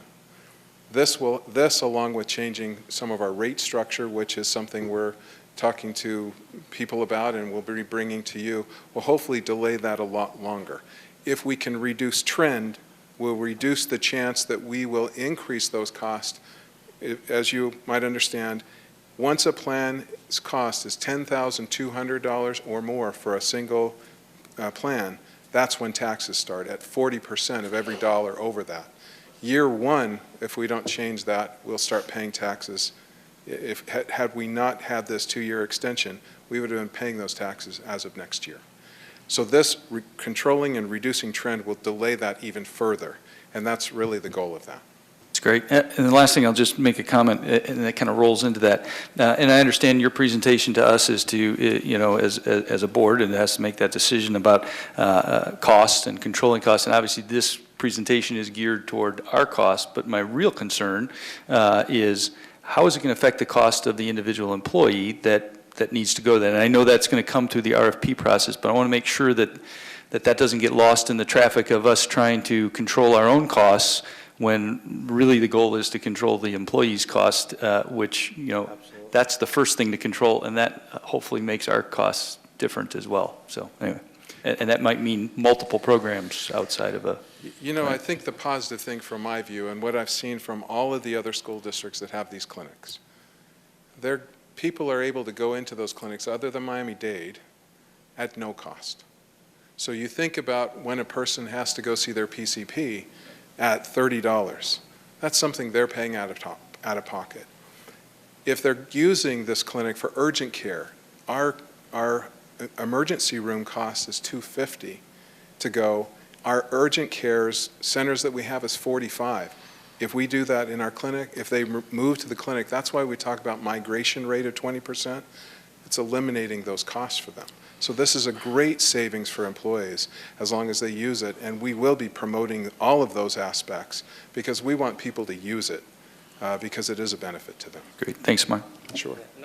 Maybe just one other thing I might add is that if set up properly, and I'm sure we'll choose a very good vendor, the level of care that they receive, oftentimes is going to be superior than what they're getting. One of the complaints that we had in the focus group, even though everyone said, I'm very happy with my primary care doctor, there was consistent messages saying, hey, I have a difficult time getting in to see my primary care provider. When I do go for my visit, I have to wait for quite a while to see them. And when I do see them, I'm often only seen for 5 to 10 minutes, if I see the provider at all, because oftentimes I end up seeing the nurse practitioner. So, I think there's also an opportunity to deliver excellent care, and I think that people will really appreciate that. Thanks. Just an off-the-wall question for you, and I don't know if this is something that needs to be discussed prior to the RFP process or not, but looking at the number of employees that we have, the number of dependents that might also be on their policy, spouse and children, that sort of thing. If we look at a 20% migration rate, so say we figure if we have 3 clinics, we would have at a 20% migration rate, if you're looking at individuals, it would be approximately 2,400 if we're looking at a family of 4, okay, with those total numbers. Supporting 3 clinics with the number of employees that we have, although I'm a huge fan of moving forward with this process, and I think it's the right way to go. I wonder if there would be an opportunity for additional savings or cost reduction, depending on how you want to look at it, if we were able to partner with other entities that may also be moving in the same direction. So for example, might we be able to partner with the county so that their employees could also make use of the clinic, and would that offset some of our costs? Is that something you've looked at? Is that something that we need to discuss later? I have not had discussions with the county or any of the other cities. I understand that there is some interest. From my understanding, without having those conversations, they want to see how ours does before they get into it. Frankly, please don't, nothing against any other public entity. What I'd like to do is present this for the board to decide what's best for our employees first. If other cities or the county want to participate, I'd like them to participate in what we see as best for our employees, rather than go into a committee situation where we're weighing the interests of both parties. So that's why I've not made those active calls. Obviously, if you want me to make those active calls and do that, I can certainly do that. That wasn't necessarily my suggestion, but perhaps just leaving the door open Absolutely. in whatever information we're gathering as far as vendors, to keep that in the back of our minds, that might be an opportunity for us to offset some of the costs of the process. Sure. In all of the discussions, just as a side note, that we made with the other school districts that are doing that, they've all opened their clinics, and now the cities and the counties are talking to them, and they're willing to talk. I would be absolutely willing to do that as well, because if we can reduce those costs even further in benefiting us as well as our employees, I think that would be a win-win for everyone. Okay, I guess my turn. I'd say I don't have much to say, but nobody would believe me. I like what Mr. Craig said, and I think that's very important. On page 7 here, where it says primary drivers for consideration of on-site clinic, he stated the importance of the benefit to employees, for them to save money and to receive higher health care. If we did nothing more than break even, that alone is a good enough reason to do this, would be for our employees. I think any savings is a benefit to doing the right things for our employees. So I agree with him on that. I think almost any business investment that you get an ROI in 1 year is definitely worthy of consideration. So that's great news. We know that, as you said, there are 10 other districts that are doing this. There are more government agencies doing this. So I'm sure that when you do your calculations here, correct me if I'm wrong, you know worst case scenario based on the fact that we could even piggyback an existing bid out there as so am I assuming correctly you're using that as a worst case scenario for projecting the costs? Yes, our actuarial team actually put together the modeling based upon what we've seen from other clients and the way that they've rolled it out. So that's at a very high level, not knowing all the very specifics, what we would expect the return to be based upon the information that we have today. Okay. I think when we get the responses back, we'll be able to refine that and give you a much more clear understanding as to what you would expect. Okay, thank you. And I do concur with you that there's probably more savings to be had. We do try to be conservative. research shows that some organizations think the current contracts out there might even be a little high. So I do agree with going out on RFP. I do like the idea of looking at how to utilize the workers' comp. Mr. Langdorf, you saw evidence of that being successful in other areas, and some of the numbers you told me that are potential for savings is very significant. A couple, and Mr. Craig mentioned a great question about the Affordable Care Act. But you didn't really state the avoidance of that Cadillac tax. If I recall previous conversations, is in excess of a couple $1 million a year. Correct. So that's additional savings by delaying that on top of the savings that you're talking about. That truly would be a cost avoidance.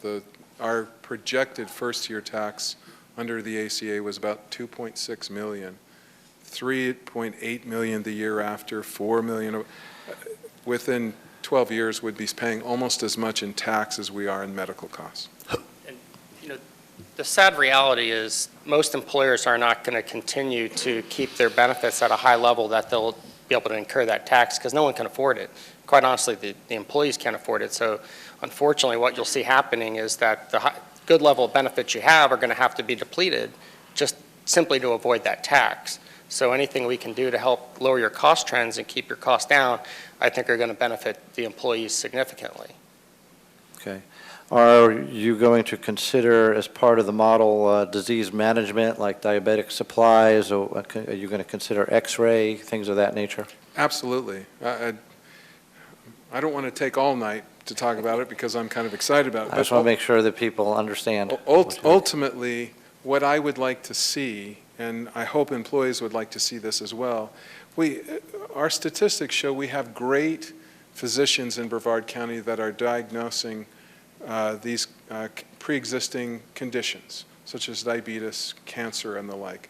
The problem is there's a disconnect between diagnosis and actually putting things in place to help reduce that other than drugs.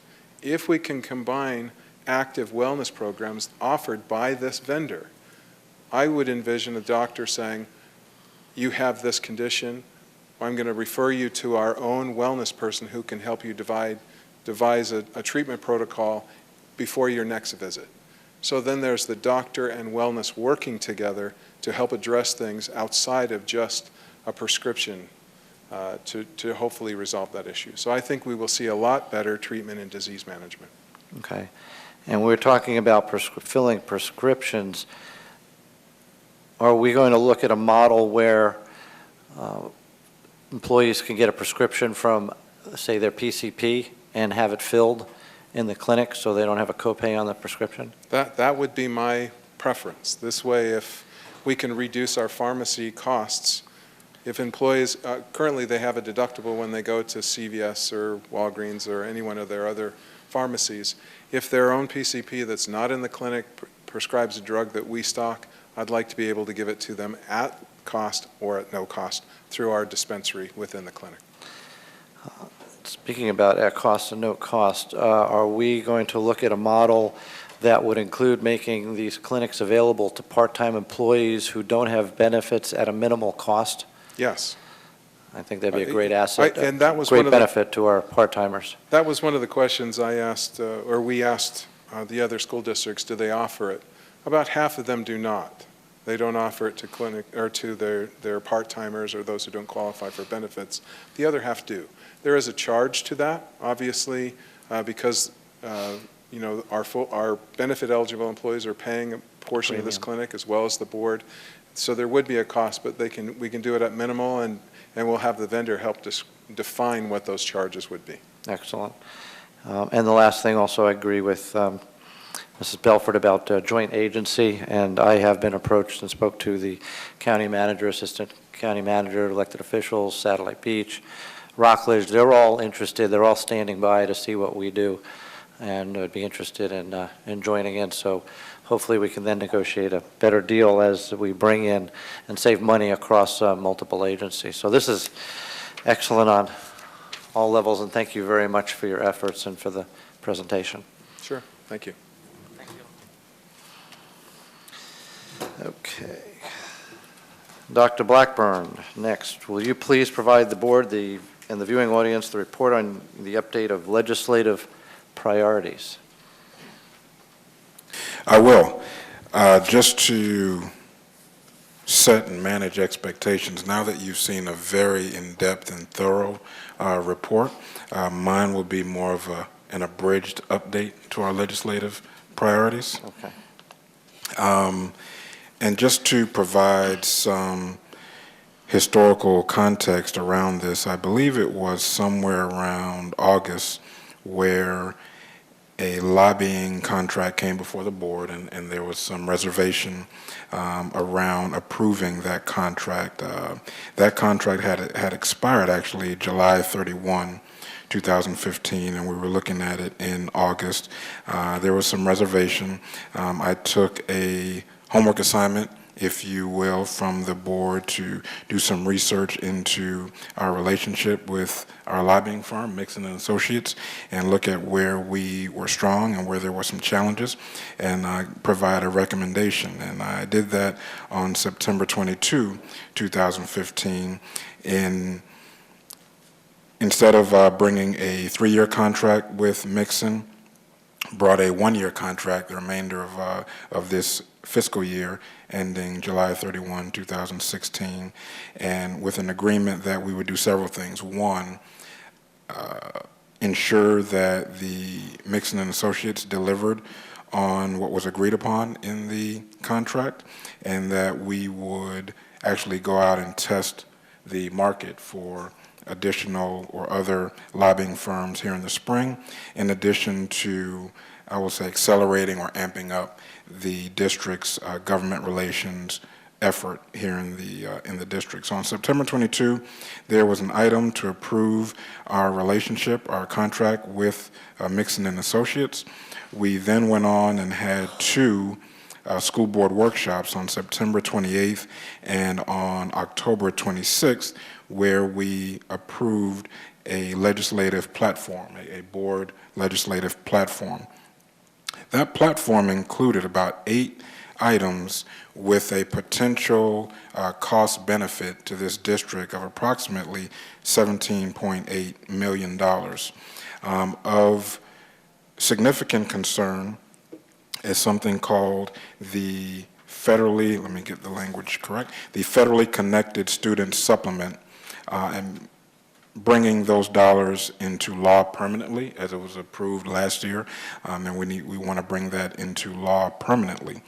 An update on what has been going on specifically to that effort on behalf of our lobbying firm, Mixon and Associates. Prior to the session starting, which started, I believe, was last week, Mixon did meet with Representative Workman, who is chairman of the House Rules Committee, explained the need to move the Federally Connected Student Supplement permanently into state statute. Right now it is, by the way, in the governor's proposed budget, so we feel really, really good about that. But Mixon spoke to Representative Workman on our behalf to try to get this permanently placed into statute.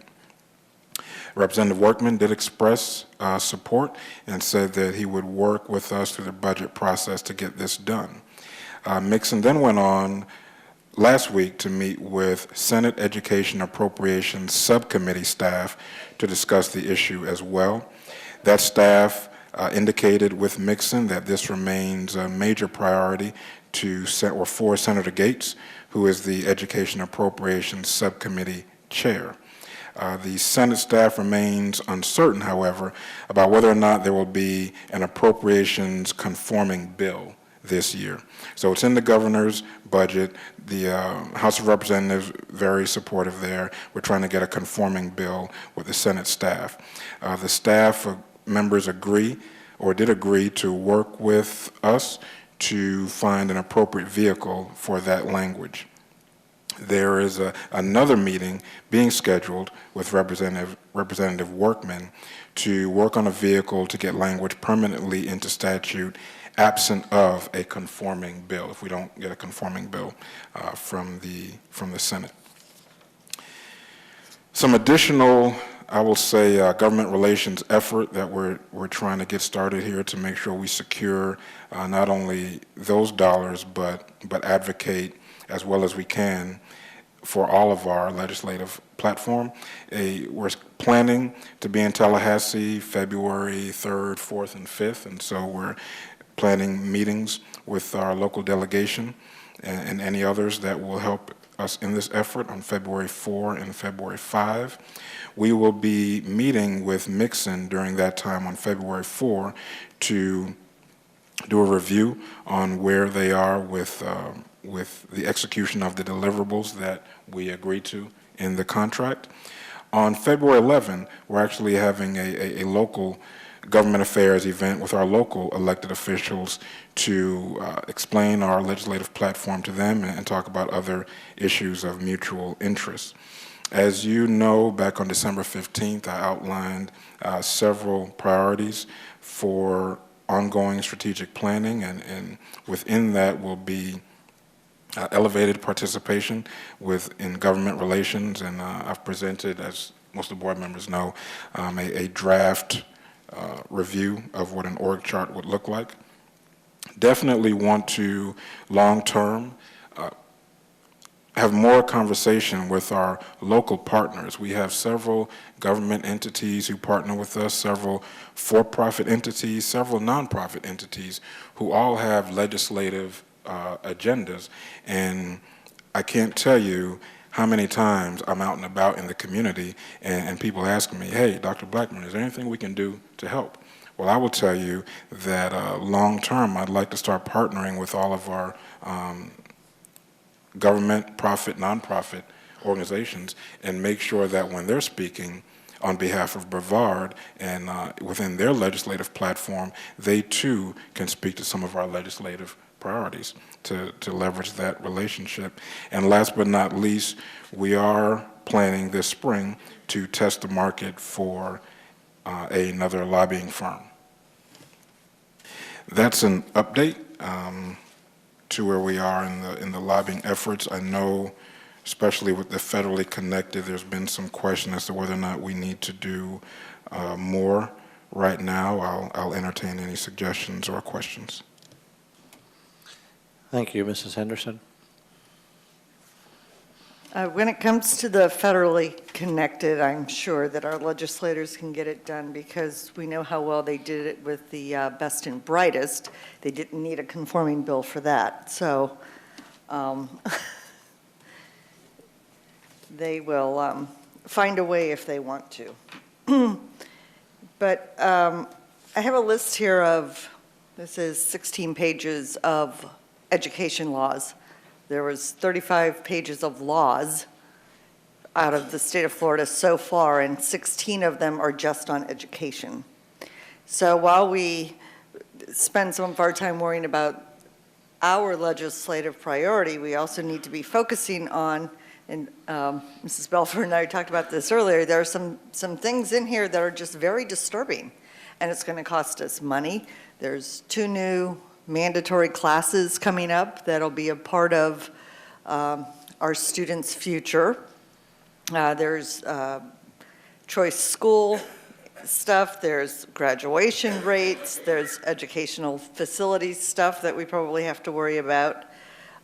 There's the funding issue, there's class size, employee salaries, bullying, harassment, I mean, it just goes on and on. So there's other things other than the 8 things that we have. Some of these things that when we start talking about to our local people here, we really need to advocate for the laws that we want. And then of course there's like a whole list, what most of them we don't want, just please stop, that we should be telling people to help us tell them no. So I think that that needs to be done in addition. You know, you make great points, Mrs. Henderson. You know, I like to consider myself to be a pretty conservative spender. Some may refer to me as cheap. However, I will say going forward, just in our 8-item legislative platform that doesn't include anything, some of the things that you just talked about, $17.8 million in balance, not to mention several decisions that could be very painful for the children in this district. And right now, our investment into our legislative platform and that relationship is basically the contract with Mixon at about $27,000, and that doesn't include some out-of-pocket expenses for traveling, copies, et cetera, et cetera. So when you look at the very, very small investment versus potential positive and negative impact against the district, going forward, my recommendation will be that we significantly increase our attention in this area. Mrs. Belford. I like what I'm hearing about your long-term vision on our government relations approach. I am a little concerned, as Ms. Henderson pointed out, the volume of the volume of items that are currently coming out of Tallahassee is somewhat overwhelming, really, to try and keep up with on a daily basis what's going on, and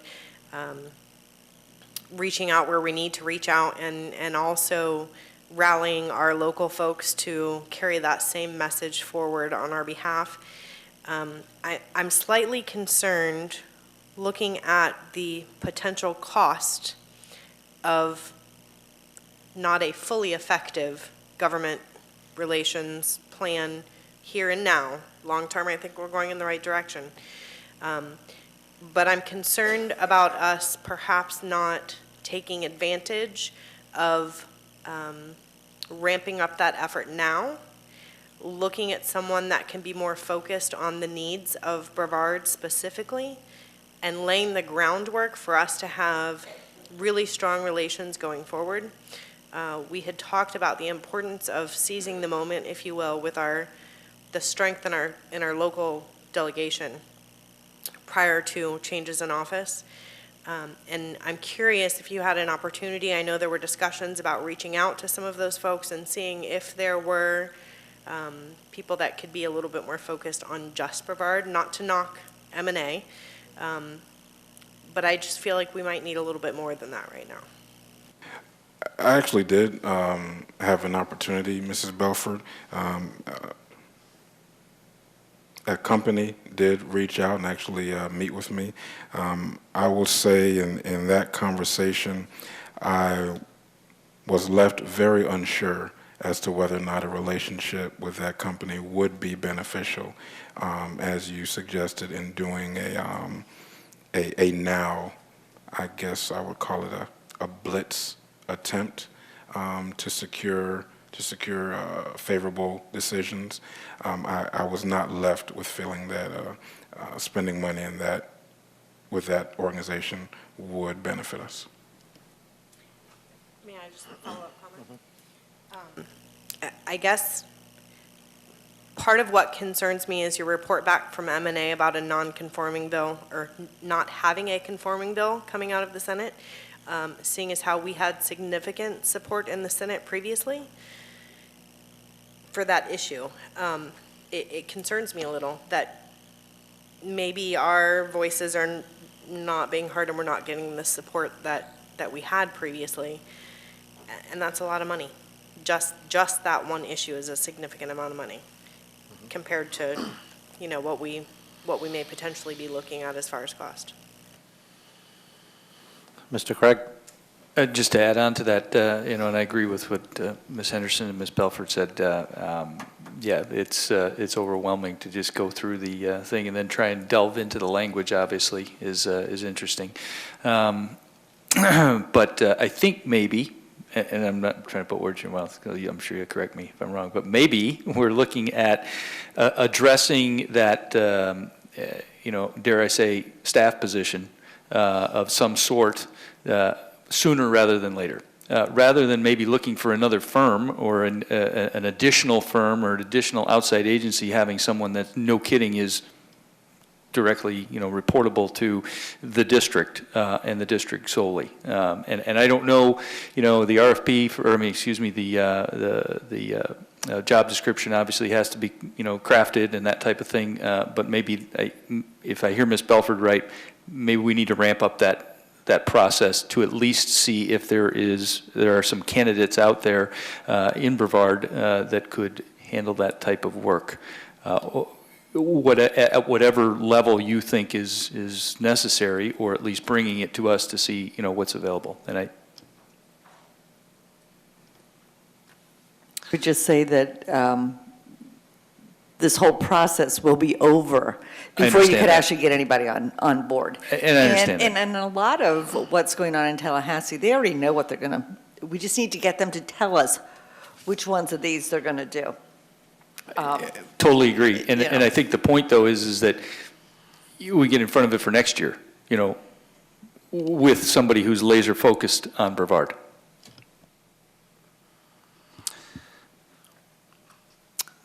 I don't know if I'm going to be so eloquent. However, the time is now, as Mrs. Belford said. The time is not next week. The time is not in a month from now. While I would like to have complete confidence in our local delegation to make this all happen and to make everything happen that we need, as I've been told by speaking to legislators over the past half year asking this question, it is clear from all of them we don't have anybody directly speaking up specifically for Brevard County, and they find that concerning, especially relevant to the federally connected bill. They feel that because we have so much at stake, we should have some skin in the game, and we should be assisting by having a dedicated person to that issue. And and the rest of the $17.x million that can impact us here and now. This is, unfortunately, this is this session issue because while we think we have champions in the legislature, and I believe we do, they all go away after this session. Many of them are terming out. All the Senate positions are up for re-election. Next year, it's a whole new starting from scratch. We don't get a second shot at this next year. If it doesn't happen this year, we're out the $2.6 million for the federally connected, and whatever else we feel is important that we need to have focused on. I appreciate conservativeness, cheap if you want to call it that. That's good. I know our community appreciates that. We did have, and I probably should have been a little more direct on putting it as an item for action on the agenda, but we did have a proposal come to us from a firm to represent us this session. And I shouldn't say that they came to us. I spoke to our legislators, I spoke to Senator Altman, and he agreed we needed somebody, and I was like, well, who does this? Who can help us? Who is reasonable? And he said, I know somebody, let me reach out to them. He brought them to us. They didn't just decide to come to us. I understand that they weren't the best salespeople in the world, but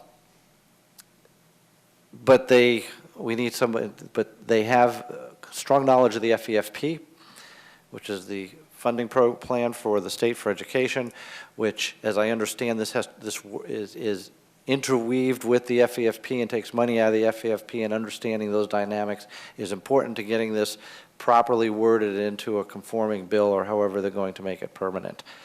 I have no idea how to recommend that. Maybe Mr. Workman does, and he's working on it. I just think it's a all hands on deck right now, and if we don't get all hands on deck now, we're, like as Mrs. Henderson said, by the time we blink, this session is going to be over. So we either have to, do something now, and as far as the long term, yeah, we need to be prepared and well ahead of time, and not the end of this year, but probably by the middle of this next year, so we start hitting our legislators, actually probably once they're reelected.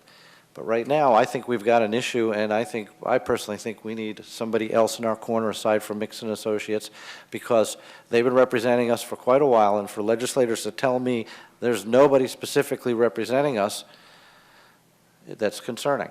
Now, and every time we throw a threat across the bow at Mixon, they seem to perk up and talk to us and communicate with us, and but I still hear the same thing from the legislators. So, Dr. Blackburn, if you want to hang your hat on what we have and what we've had, and our efforts individually, which unfortunately can't be up in Tallahassee on a weekly basis, I don't want that on me. I don't want to be the one who said, let's give it a shot. I want all hands on deck for this county, personally. So let me be explicit on what I'm hanging my hat on and what Perfect. I'm saying. Okay. I think the saying goes something to the effect that today's harvest is based on yesterday's planting. So yeah, we're here in a really bad place. I inherited some of it July 20. I inherited the rest of it in mid-August. And here we are in January 2016. So my focus has been on making sure we're not here again, which is going to take concerted effort. Whether or not taking additional resources for a last-minute spend is going to have a positive or negative impact on this, I'm very unsure. You mentioned the company that came to us, met with them. I left that meeting with close to zero confidence that if there was a last-minute effort, that they were the ones to provide that last-minute effort. So if the board is directing me here tonight to look for additional last-minute effort, I'll look for additional last-minute effort. But I do believe we are here because of opportunities lost, and I don't know if we can recreate some of those lost opportunities before this particular session ends. Any thoughts from board members? None? Go ahead, please. I'm looking for other input here. That, I think that was very well stated, and obviously, we can't disagree with that. And all I would say would be, it can't hurt to at least look. And if you find somebody that you're comfortable with, or even has a inkling of being comfortable with, maybe it's time to, I guess it's, saying if you don't look, you'll never find it. So it can't hurt. I know it takes, a little bit of effort, and but it may, you never know. Something pans out of it. So I would say at least let's take one last look, and maybe reach out to some of your cohorts and get some ideas and see if there's any traction from any of them that have some suggestions on what we face or what and I don't want to make it sound like we're in this downward spiral. We still have we still have our individual relationships with our legislators here, and we've continued to cultivate those. And I know Ms. Henderson has done a very good job with developing our individual platform. But when you look at all those other things, obviously, maybe we do need some last digit help that at least is pounded on the door for the next couple weeks. Anyway, I think it can't hurt to look at least. Go ahead. When is session over, Mrs. Preston?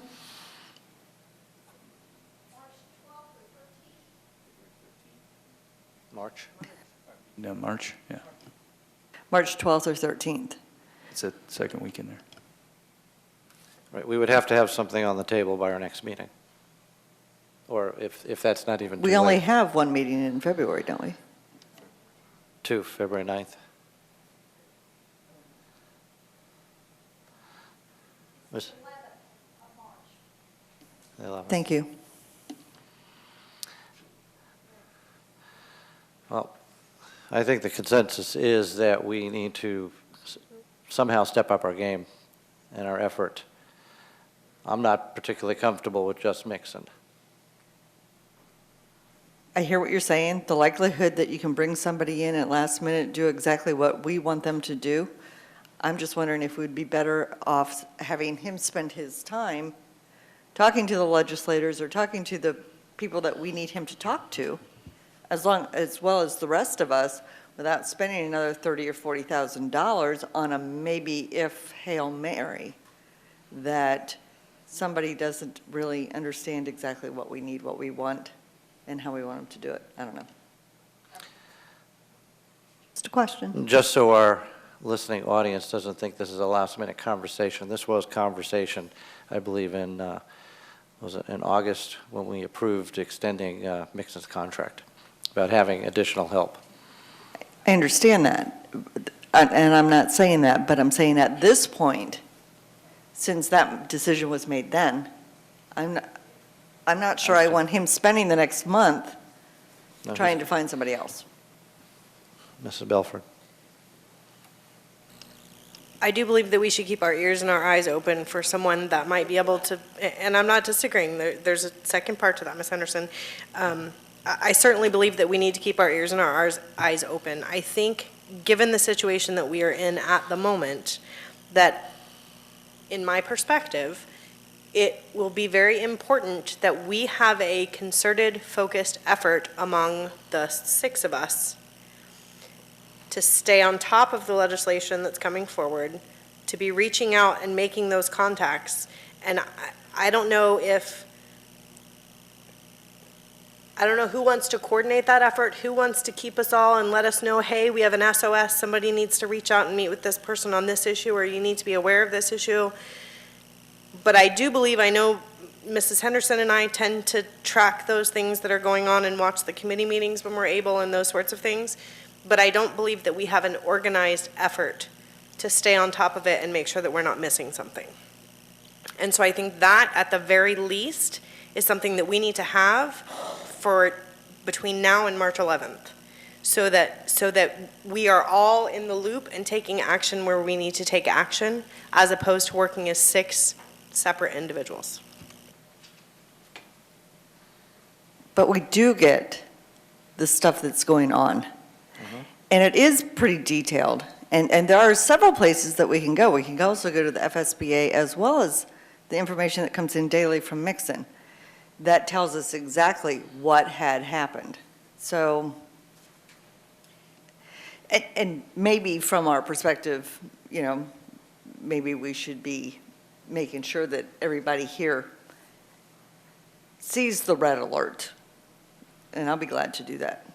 And that, I think, is the key thing, Mrs. Henderson, because like I said, I know you and I tend to track these things fairly closely, but I don't know that everyone else collectively is paying that close of attention. And there's certainly, to my knowledge, other than the alerts that we get from M&A, I don't know that there has been any concerted effort for us to carry a voice forward on any of those issues. No, nor have we put forward a concerted effort to get our community to join our voice on areas of concern on that legislation that's coming forward. So I think we're just going to have to be much more strategic if we're not going to act on getting someone in-house immediately. I think if we're going to be successful, we're going to have to be strategic about it. Agreed. Anybody else? Okay. All right. Then we will move forward. Pam?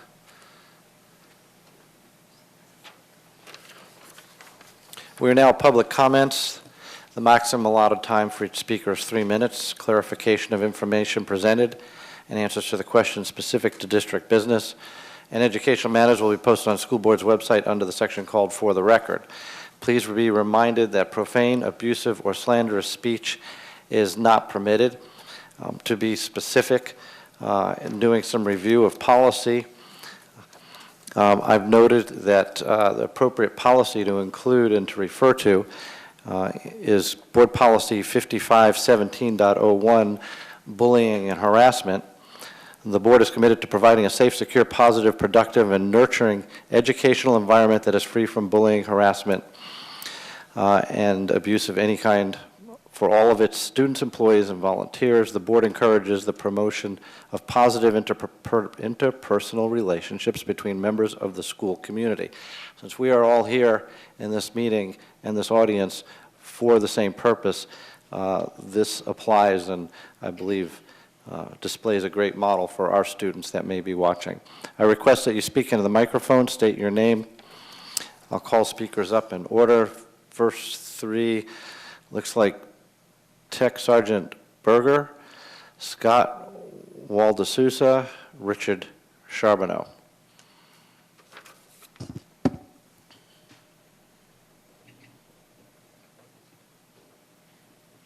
Good evening. My name is Pauline Berger, and I'm here to speak to you in regards to an incident and policy procedures at my daughter's school. Walk out in front. I don't know if you noticed as she walked forward, maybe something a little bit different about the way she dresses. We have addressed this with the school. It is not in their policy that she cannot wear it or that there is a danger to anyone. However, during phone calls that I received at work and conversations with my daughter, she was aggressively approached by the administration as to that she needed to remove it, but no one would give me a reason as to why. So I'm asking for a resolution of this matter, that it be made known to the school that, or to us, that it is allowed or not allowed. It is not harmful in any way. I was told repeatedly that it is damaging, but they would not tell me damaging to what. I was told that it was, they tried to curtail students from wearing anything that would bring them negative attention. It has not brought her any type of negative attention, and she's been wearing it for probably about 2-3 years now to the various schools that she's attended. She's unique, she's different, she likes to express herself in many different ways. I was told by the principal specifically that she would not come into my house and tell me how to run my house. However, she could not, my daughter would not be able to express herself freely at the school, but she was welcome to express herself freely at home. So I'm asking for a resolution, a final decision, something, because I have the rules here, and there's nothing here that says she can't wear this. We can't opine on that right now. The superintendent will have somebody research that and get back to you. Okay. We've been asking this question for a while. Can you, if you can get, maybe Mrs. Theddy, if you can get information, or area superintendent could get information for the superintendent so we could look into that. Okay. Yeah. We cannot address that. We have to have staff research it, and they'll get with you on what the issue is and what the reasons are. They wouldn't give me a reason. Well, we're directing them to do that now. Okay, thank you. You're welcome. Mr. D'Souza, D'Souza, I'm sorry. Good evening. Thank you so much again. My name is Scott D'Souza, and most of you I will probably see next week and all of February, the beginning week of February up at Tallahassee as well. I'll be meeting with the Education Committee as well as the Competitive Workforce Act, standing and lobbying for that, which would take care of half of the problem that I foresee coming around in Brevard County schools. I don't know if many of you are familiar with a civil rights publication called The Advocate. The Advocate has just now dated that the #2 place in the United States for females and ladies, same-sex couples, is Palm Bay, Florida. So I just want you to be aware that the idea that changing the non-discrimination notice to include sexual orientation and gender identity is a necessity here. It is a necessity for not only our students, but also for the employees to be protected at school as well as off campus. Brevard County is massively changing. We have got an amazing amount of new and greatly intelligent engineers and architects and rocket engineers and everything else under the planet coming here. We want them to be able to be comfortable here. I want to sell them real estate here. I have a stack of emails, correspondence, just since our last, since your announcement in December, from men and women alike, same-sex couples asking, where is this? Why isn't it in the school board documents? Why isn't it in there? What can we do to help get it in there? Hence the reason I'm headed up to Tallahassee to try and take care of it from another perspective as well. But I do want to make sure that this is addressed as soon as possible. I do understand that you have Dr. Blackburn, you have inherited quite a few big battles on your plate, and this happens to be one that since October of 2014, it has only been brought up once in your for the record documents, okay? And in your for the record documents, it was only brought up on a bullying basis, which has nothing to do with the inclusion of sexual orientation and gender identity students into our school system, and the protection of the employees of Brevard County Schools as well. So thank you very much. I hope you all have a wonderful time in Tallahassee, and if you get a chance, come find me. Thank you. Nick? Yes, Dr. Black? Just wanted to say that I've targeted the February 9 board meeting to bring that information up. To bring that policy recommendation? Yes, sir. Thank you very much.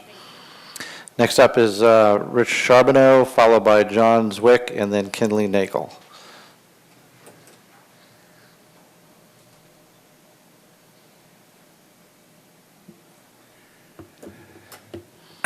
Richard Charbonneau, Satellite Beach.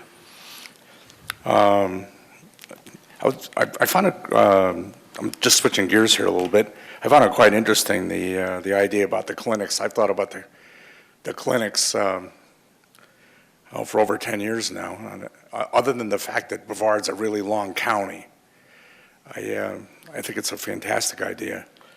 I think I'm older than everybody here. I'm probably 100 years old now. Back in the 50s and 60s, I lived in a town where General Electric was the main employer. And they had 50,000 employees. And if they can do it with 50,000, you can do it with 9. But they had a monster clinic at their main plant. And it was, I remember my grandfather went to it for 40 years, and it was well accepted and really well respected within the group. It also cut down on the call the ambulance and go to the emergency room, because that's expensive. Somebody, cuts their finger or twists their toe or something. So what they would do is just bring them over to the clinic, and do what they had to do there. Now, obviously there were some things that were more serious than that, but this worked well, and I think it'll work good for you. And the idea that you're going to include the other towns into it, I think that's a great idea also. So I just hope it works good for you. The only thing I have is just that, the distance from Sebastian to Titusville is a long haul. Even with 3 clinics, you're going to have some traveling time in between them. But for GE, anyways, and 50,000 people. Now, granted, times were different in the 50s and 60s, before most of you were born. But it did work well. So that's that. I came up here to talk about, I think you all know that I'm not an education expert, but I am an expert in criminal justice and abnormal psychology.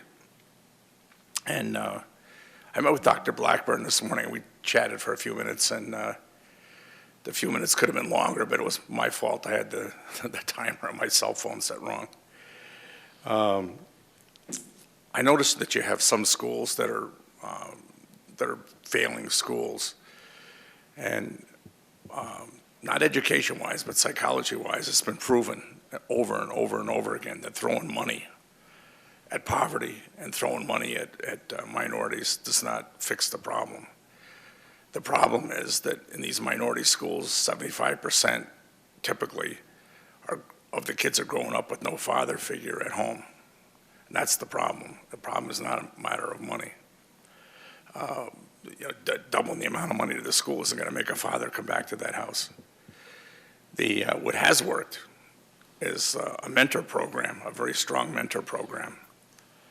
And that's what I'm recommending, that you really take a look at a strong mentor program for those at-risk schools. And I know my time is running short, but your time is up. Not being one that's not willing to put my mouth where my money is, I'll volunteer, and I've got a few friends that will too. But the mentoring program, I think, will work. Thank you. Next, John Zwick.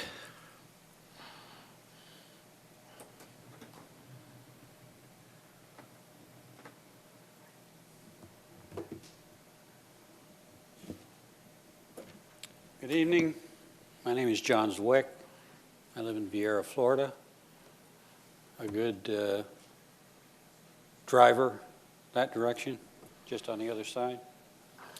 I came before the board tonight and the superintendent to ask that you all earnestly consider a procurement policy for local businesses. Wrong page here. Particularly for the construction projects that are now being selected via the surtax referendum, where you introduced a half-cent tax referendum. That generated local funds. Now, during the Great Recession, many of the local construction firms faced some very difficult times in trying to get work not only locally, because there just weren't projects there, but when they went out of county had local policy preference selection, and those local firms, our local firms, were rejected out of county. In 2010, I believe, it was brought by one of the board members here, not you, but one of the board members at that time, to consider a local preference policy for procurement. The school board asked the director of purchasing to look at that policy, and the local director of purchasing came back and indicated that they couldn't do that because the funds were state funded. That was before this tax referendum and before a lot of tax dollars were being collected by local firms to fund these projects. And I'm not saying that was bad. I think that probably was right, the right thing to do. However, over the past several months now, 7 of the 9 advertised larger construction projects that went out for selection were awarded to non-county firms. The most recent example of that was some presentations last week by a firm. I'm running out of time here. Welsh & Associates. The Welsh company finished second. They were 1.25 points behind the first firm that was out of county. There were 5 firms selected for shortlist. Welsh company was the only local firm. They finished at 433.75 points out of 435 points. So I don't think it's a question of being qualified, whether or not they could have done the job. And Thank you. Your time is up. I think the board needs to just consider a ladies first when you open the door, or a piece of pie for the local firm. Thank you very much. Next up is Kinley Nagel, followed by, I'm probably going to mess this up because I can barely read it, Mark Cleary, sorry. Followed by Richard Smith. Mrs. Nagel, is she here? She was here. Okay. Then Mark Cleary.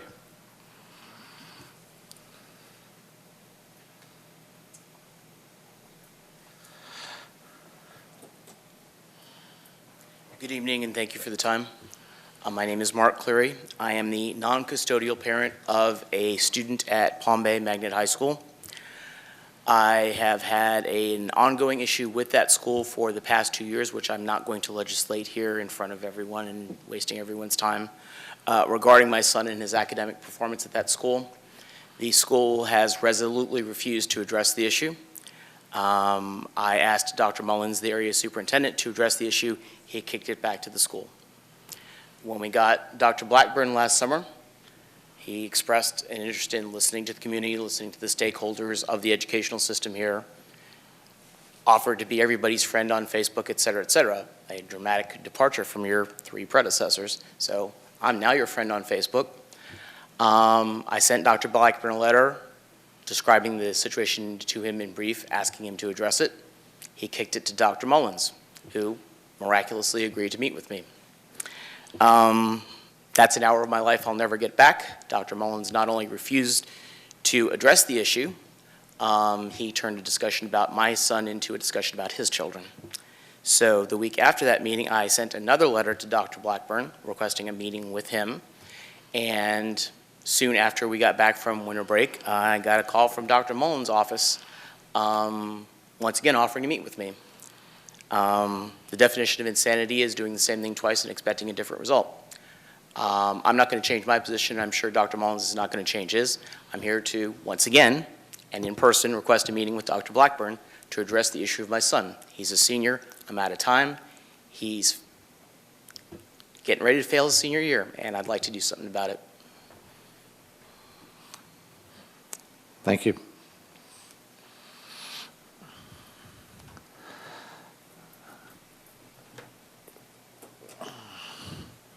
Mr. Richard Smith. Good evening. Richard Smith, speaking for Brevard Federation of Teachers. I've got a couple of thoughts just came to me. I know you guys wonder sometimes if I pay attention back there in the corner, but I do. And yeah, we wonder. Got a couple of thoughts for you. First of all, I'd like to offer to introduce Dr. Blackburn to the several of the FEA lobbyists. There are 17 of them in Tallahassee, and perhaps that could help us combine efforts. And I know you're struggling with this issue, and this might be a short-term bridge. We can talk about it. Secondly, perhaps more money can be saved in the drug testing by the district if a common sense policy can be applied where the drug testing of employees not be automatic. If a student walks up to a teacher and smashes a stool over their head, the teacher gets a drug test. And so we kind of think that that might be a waste of money, so we perhaps will look into that. Be glad to answer questions or talk to you guys afterwards. Now to my prepared statement. In recent years, legislators have shifted hundreds of millions of dollars into programs with little or no accountability that serve students in private schools and those operated by for-profit educational management companies, while at the same time cutting funding for public schools and ratcheting up standards and accountability measures. These changes in the state's education system move Florida further and further away from the constitutionally required system of free public schools. One of the several Florida voucher programs, the Florida Tax Credit Scholarship Program, provides private school scholarships by diverting corporate tax revenue from the state's general revenue fund to a scholarship funding organization. The legislature initially capped the program at $50 million in tax credits per state fiscal year, but the cap will expand to $873 million in 2018.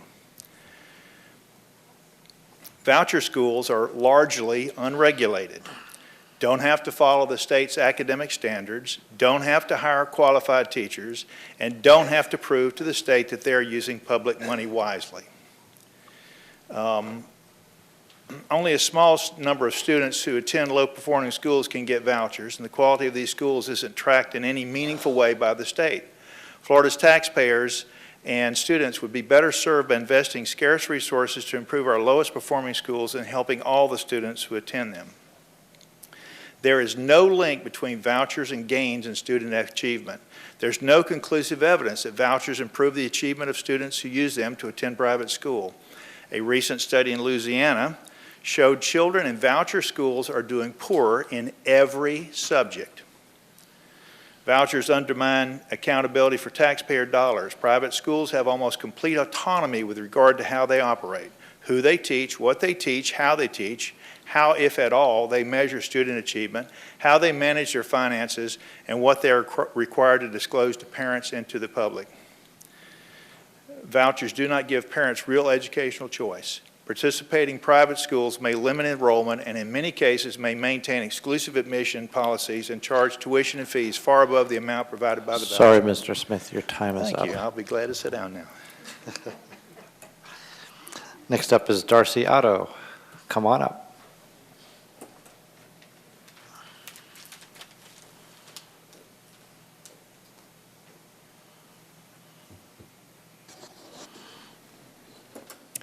Good evening. My name is Darcy Addo. Florida Administrative Code says that each school district has to set rules that establish purchasing rules, and that their rules have to follow at least the 15 rules that are somewhat exhaustive. One of the 15 rules in the Florida Administrative Code says that there are certain things that are exempted from competitive solicitation.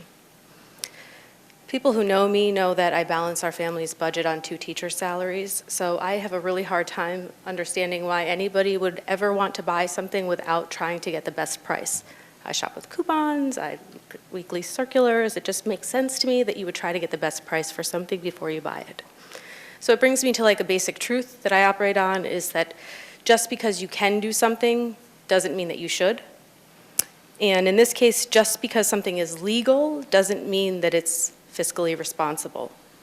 So for example, on tonight's agenda, there's an item G47, and I was looking at the A attachment. It looks to purchase 2,325 handwriting charts, charts that go on the top of the blackboards, at a cost of a little over $33,000. And I thought that was sort of interesting because I spend a lot of time in parent-teacher stores, so I just kind of was doing a little bit of math. It's also interesting that it's almost $2,000 in shipping fees. I never pay shipping for anything, so it's just kind of interesting. And the contract says that Brevard Public Schools hasn't paid for these since 1988.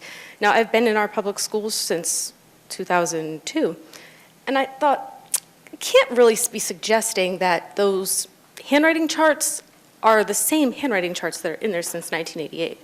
So I thought, I wonder if we did like a needs analysis and actually checked with our schools to see, do we need 2,325 of these, or are we just buying them? So I just wanted to kind of bring that up for discussion. I thought maybe schools had used school improvement funds or box top money or had other creative solutions to replace these. And I truly couldn't imagine why we would replace all of them, assuming that we needed them. So first, because that cost seemed really high, I got on the Google and did a little Google search. And I found that this purchase order is for the full retail cost, $13.47, which is the full retail cost from Pearson. And again, frugal, I don't pay full retail cost for anything, so I can't figure that out. And then I found similar products, different brand, but similar products, ranging anywhere from $7.99 to $10.29. So again, doesn't make sense to me. And then I called a local retailer who sells the almost identical product for $6.99, no shipping cost. And because it was such a bulk order, that local retailer said that there would, of course, be a discount. So my request is, my ask is, just if we could consider the idea of putting in a policy that is more fiscally responsible and Thank you. Time is up. requires competitive bidding. Thanks. The board wishes to thank this evening's speakers. Your willingness to speak to the board is appreciated. I will quickly speak. I don't think Mr. Zwick is still here. The local preference purchasing policy, I did bring that up many years ago. As a school district, we also fall under Department of Education rules, and there are some additional purchasing guidelines under DOE rules that make that virtually impossible for us to do, even though we do see our commission districts and our municipalities doing it. Department of Education limits our ability to do that. And to the last speaker's issue, I'm wondering if we can't print those up ourselves in our own print shop. I'm not sure exactly what it is, but that's an interesting thought. Okay. Anybody else have anything they want to? Yes, ma'am. On Mr. Zwick's concerns, Mr. Theodore, I know you and I spoke very briefly earlier about this, and I'm wondering if you could perhaps get something out to the board letting us know, is that something that is a possibility with the sales surtax fund separately? What would be the considerations there? Just so that we can all have an understanding of where we are and what the possibilities are.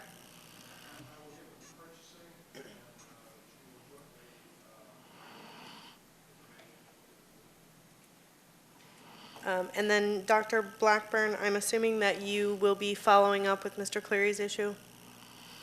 Yes, ma'am, I will. Okay, that moves us into the consent agenda. Dr. Blackburn. There are 29 agenda items under this category, 8 with prior information.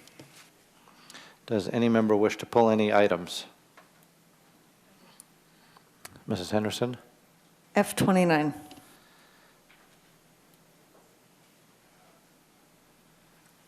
Anybody else? Well, let's pull G47. Let's pull it. Letter A. I know we, there was some board requests on that anyway, and I just, as long as it was brought up, we might as well have that discussion. Actually, that's, G47 is action, and that'd be separate. I'm sorry. I apologize. You're correct. Never mind. Not a problem. We'll get to that. We'll have conversation on that. I would like to pull F27.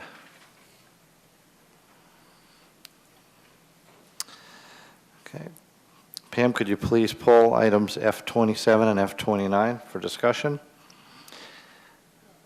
Seeing no other items pulled, I'll entertain a motion to accept consent items with the exception of the items that were pulled for discussion. So moved. Second.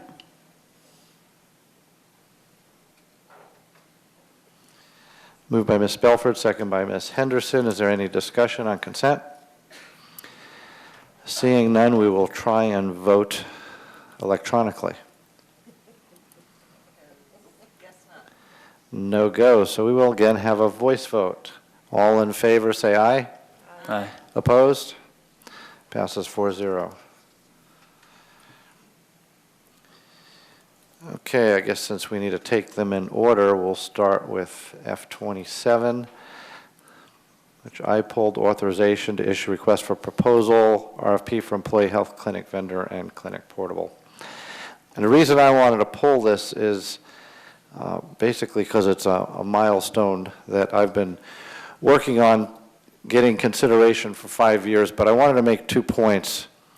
The board should be well aware of this, and to the audience. When we had our presentation, I had asked our consultant why this hadn't been brought to us many, many years ago. They've been making these recommendations for about 5 years, and they said it was dead upon arrival. And I can understand that. And that goes to speak to a board member's ability to understand relationships within their organization, the culture of an organization, and figure out how to work with staff in order to bring these things forward. And back then I was a new board member, and I was not as successful with staff in championing moving that forward. Hence why sometimes term limits aren't the greatest things, because by the time you really figure out how to get things moving, it's time to move on. The other issue is that my next method of addressing this was to bring it to the board. This is a very deep, detailed, complicated conversation. If anybody sat on a board before, you know that once the topic is brought up, you've got about 3 to 5 minutes to gain interest, or everybody starts to glaze over and is not really interested. I was never successful in getting this conversation long enough to educate my fellow board members, hence the problem with Sunshine. It was not possible for me to advocate with my board members to educate them on why I felt we need to analyze this. I've been asking for it to be analyzed for a long time, and thank you, Mr. Langdorf, for getting this analyzed with our consultant, who I thought was not interested. Obviously, they were interested. And so I'm very excited for the potential for our employees, and I apologize to my community for not being successful in my early years, but that's part of growing and part of staying on course, and I'm glad that we're here, and I'm very excited about the board's support on this issue. And that's basically all I wanted to say. I'm very excited. And if anybody else doesn't have anything on this topic, I would like to move to approve F27. Second. Moved by myself, seconded by Mr. Craig. We will voice vote, as I don't believe our system's working. All in favor say aye. Aye. Aye. Opposed? Passes 4-0. Next item, Mrs. Henderson, you asked for F29 to be pulled. I did, and this is just for public clarification by Mrs. Archer.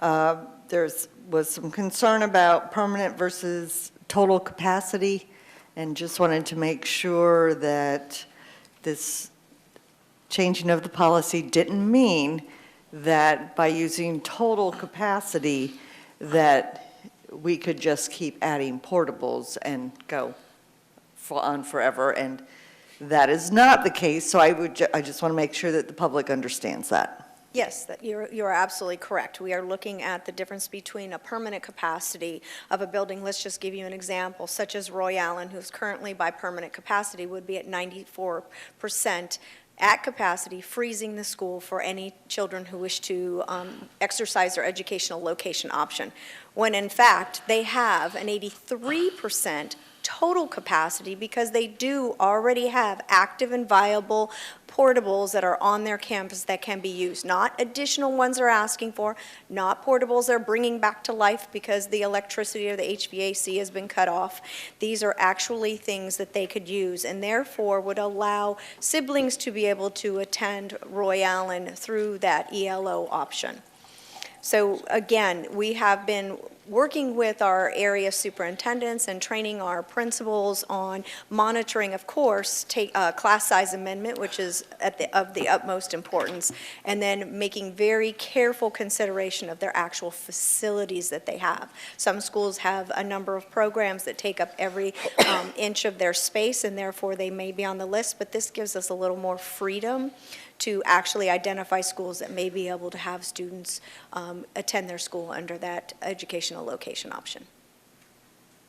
Thank you. And then I'd like to know who in the district is responsible for ensuring that Roy Allen doesn't add a portable next year and a portable in 6 months and a portable, that sort of stuff. Who's responsible? That would be something I would have to work with the principals on and the area superintendents to make sure that there is a procedure involved through training, through constant communication. I've already broached that with the principals for this next cycle as we begin to open it up, that they must be carefully considerate of those factors, and therefore may not ask for a portable or build programs so that they would have to do so.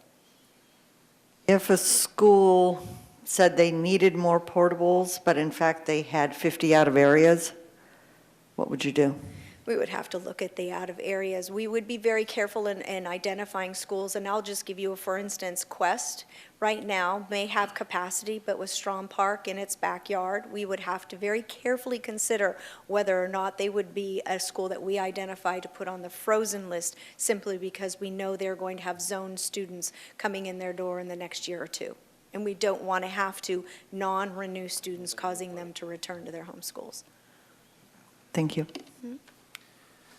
Anybody else have any questions? I do. I just to clarify that for the public, this doesn't prohibit the addition of portables for good reason. No, sir, it does not. Okay. Secondly, we all know that it is possible to put more portables in, have more students because of portables than the permanent facilities can handle, such as the cafeteria, the library, et cetera. Is there some mechanism to make sure that we don't consider total capacity right now for any schools that might be straining that limitation? If you follow? Say that again, please. In other words, do we have some mechanisms to make sure that we don't exceed the ability of the permanent facility to service those student needs? Again, that would go back to a conversation I have with a principal. For instance, I've already had a principal who's called me who technically is at 89% capacity. That's his threshold at this moment. But because of the number of programs that he has in his school, he has no availability of space to continue to grow, to accept more students. So he is asked to be on that frozen to incoming. So again, it's a conversational and a training as we work through these processes. So there's a mechanism for exceptions to the rule? Yes, okay. sir. Thank you. To approve? Second. Moved by Mrs. Henderson, second by Mrs. Belford. And again, voice vote. All those in favor, aye. Opposed? Passes 4-0. We're on a roll. All right, anybody require a break at this time? No? Okay. Then we'll move into the action agenda. Dr. Blackburn? Yes, sir. Mr. Ziegler and board members, there are 3 items for your consideration. Item G46 is purchasing solicitations. Okay, what are the wishes of the board? Move to approve. Second. Moved by Ms. Belford, second by Mrs. Henderson. Is there any conversation? 46. You want to talk about 47, right? Yeah. Any discussion on 46? Voice vote. All in favor, say aye. Aye. All opposed? Passes 4-0. The next item is item G47 on department school initiated agreements. What are the wishes of the board? Oh, I'd like to, move. Second. Okay. Okay, moved by Mr. Craig, seconded by Mrs. Belford. I know there's discussion. Mr. Craig? And Ms. Addo brings up some good points. I actually was more, when I read it the first few times, I had to keep reading it because I'm like, the same question was occurring to me, like 1988. Are you kidding me? Like, how can the same things? I don't know of anything in a classroom that's been there since 1988, except for some of our great teachers. But and it led me to my actual question was, who requested it? And I think that was, to me, was more the bigger picture because, while it's great to have all these things on our agenda, we're not actually seeing where the actual request came from all the time. And anyway, or why it was without any explanation. Well, good evening, and thanks for giving me the opportunity to answer the question. We get questions all the time about handwriting, and it's been an ongoing conversation in the community, parents saying that we're not teaching handwriting, and when we looked at the last time we made any kind of a purchase, it was 1988. Now, handwriting doesn't change that much, but we have Danielian handwriting, which is copyrighted. And so I put a proposal together to look at purchasing new handwriting materials for the entire district. Would have been about $300,000. So we said, what could we do at a minimum to at least get handwriting in front of students in the classroom so they could look up and see how to actually form the letter. So we went with these. They don't print these all the time. It's a special printing they have to do for us to get these in the classrooms. But our teachers, the last time we purchased anything was 1988, so we thought maybe it's time to provide them with something to use handwriting. What's been happening, I believe, is teachers are going out and purchasing their own things rather than us providing them for them.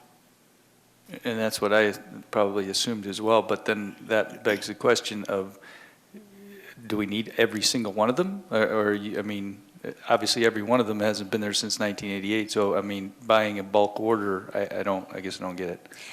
We tried to cover every classroom. We assume everyone needs them. We don't know that everyone needs them. We can certainly go back and ask the question, but they have to do a special batch printing for them. So if we purchase now, we have them for every classroom. If we don't, and we purchase for some, take a count, we would have to go back and again make a special request for a printing if we needed more. So we decided go ahead, buy for every classroom so that everyone has them and that teachers don't have to spend their own money on these kinds of materials, because I think they're going to Education Station and different places and buying their own. Then we have our one consistent handwriting, Danielian handwriting across the district. Okay. And 6% is sort of a standard shipping. I don't like it either, but that's sort of that's the standard that we are charged typically. Go ahead. I'll wait. So I guess I have several questions. In this day and age, and I still have children in elementary school who are learning cursive handwriting, because we're now officially teaching cursive handwriting again.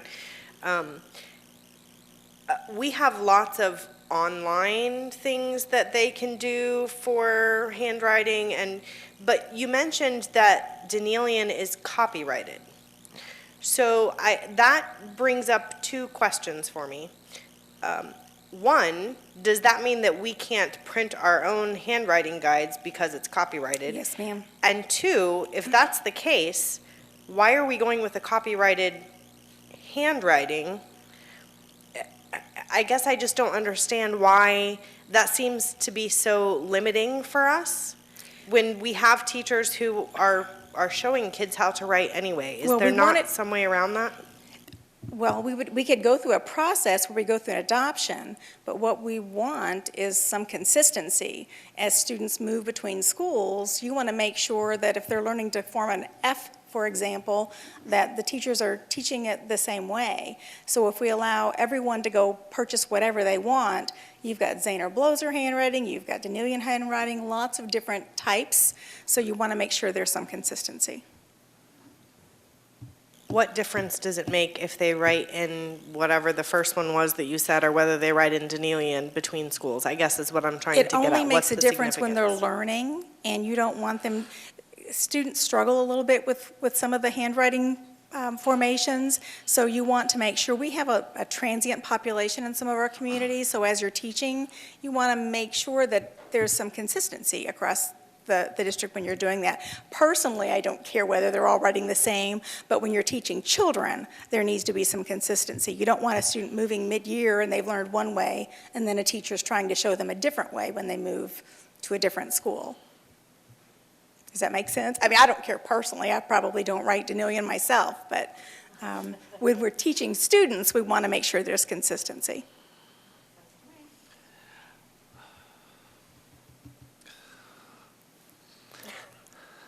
This just seems so overly simple yet expensive. And it would have been about $300 if I would have brought the whole thing, so. Let me, 300,000, I'm sorry. not being an educator, but, so is Danielian a style of handwriting? Which Yes, it it appears is. to be.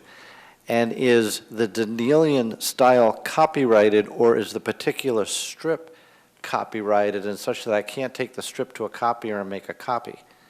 I believe that it is copyrighted by Pearson. The strip, that I can't copy their strip and put copies of their strip over the blackboard. We can't do that. Can you write Danielian? Can you write your own, and then we'll copyright yours and make copies of it?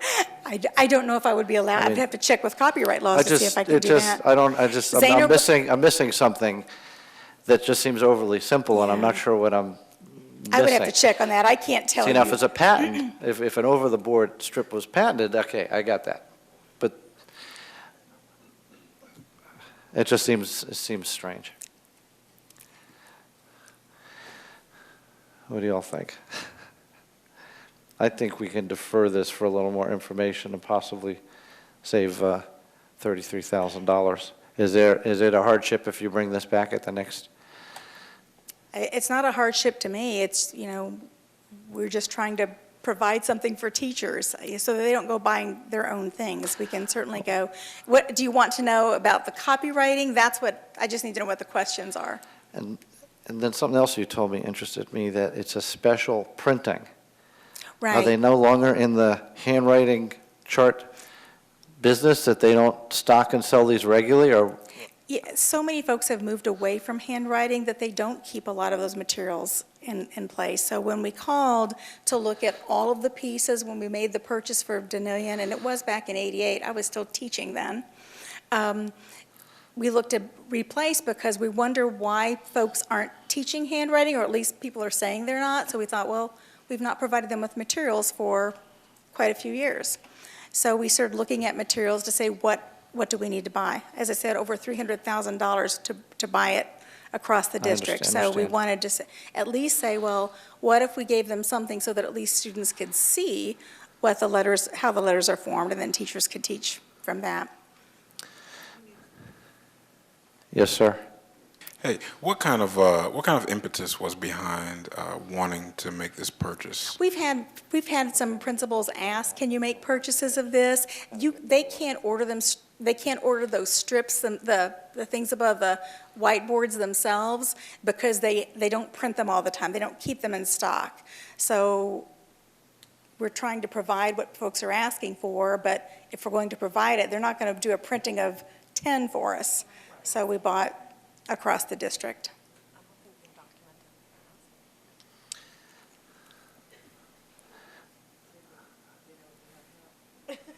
I would, since we have a motion to approve, I would suggest somebody make a motion to postpone that item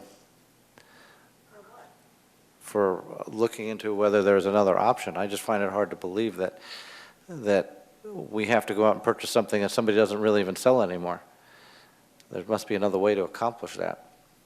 But then again, it's all up to you. Can we clarify what some of those questions are? I understand the impetus. I understand that schools have asked for it. I understand in the educational world that handwriting is quite a controversial topic. Mm-hmm. Handwriting of our students is currently atrocious. We haven't spent as much time on it in education because we all have our handy-dandy devices. But every now and again, like I myself, I'm quite embarrassed by my handwriting, so I try not to write anything in public. So kind of appreciate our school-based principals and leaders asking for the resource and the effort to make sure the resource is consistent across the district. So if we're going to defer, I would just ask that staff and I understand what explicitly we're trying to bring back for approval next time. I just have an issue with this. We have a print shop, and I'm not clear as to why we must purchase this from them and ask them to please fire up your printing presses and print some more of these. We can't print from what we have. That is understand. copyrighted. What we get from Pearson and the Denillion is copyrighted. I understand that. Now, could someone write something and we could print it? Perhaps. I don't know what the copyright laws on that would be. That's what I can't tell you. I don't know. I mean, it's copyrighted from. But, Mr. Chairman, you Yes. can't reproduce something that's copyrighted. Right. Except for very limited circumstances. But we're going to ask all our students to reproduce it at their desk. But they're not reproducing the product. Yeah, it's the product. Yes, sir. I think Dr. Blackburn makes a good point, and I think he understands what his staff has asked for, and I think he has given us the reasons, and I don't Okay. see a problem. If proceeding. everybody's happy with it, then we can voice vote. All those in favor say aye. Aye. Opposed? Okay. Thank you. Interesting conversation. You never know what you're going to hear about at a school board meeting. Okay, Dr. Blackburn, G48. And item G48 is to hold a public hearing and approve policy 6350, sales surtax, policy 6350.01, allocation and use of sales tax contingency, and policy 6350.02, allocation and use of sales tax revenue in excess of estimate. The public hearing is now declared open. Does anybody wish to speak on these policies? Hearing none, that concludes the public hearing. What are the wishes of the board? To approve. Second. Moved by Mrs. Henderson, second by Mrs. Belford. Any discussion? Hearing none, we will voice vote. All in favor say aye. Aye. Opposed? Passes 4-0. We'll move on to the information agenda, which includes items for board review and will be brought back for action at subsequent meeting. No action will be taken on these items tonight. Dr. Blackburn. Yes, sir. There are 8 items under the information category. Does any member wish to discuss anything on the information agenda? H49. Mr. Craig? H56. Okay. Let's start with H49, Mrs. Henderson. Yeah, I was, thank you, Mrs. Belford, for your questions earlier.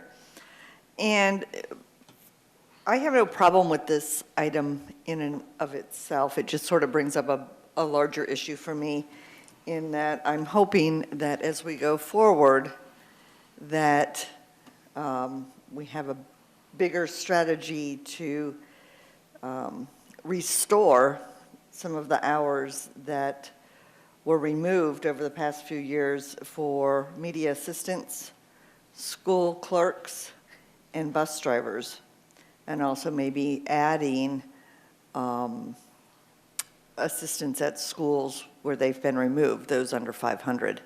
So just a bigger strategy in making changes to our,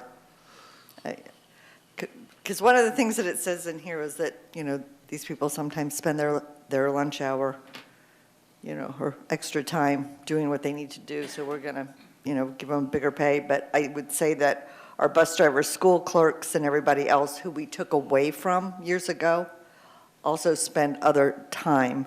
And so we need to look at a way to restore all that as well. In addition, my other request on this is when we're redoing job descriptions, I don't mind getting the final version, but I'd really like to see the marked up version so I know exactly what's changed, because I don't know what portions of it have changed. So if we could get the redlined portions, that would be great. Thank you. Anybody else on H49? In that case, Mr. Craig, H56.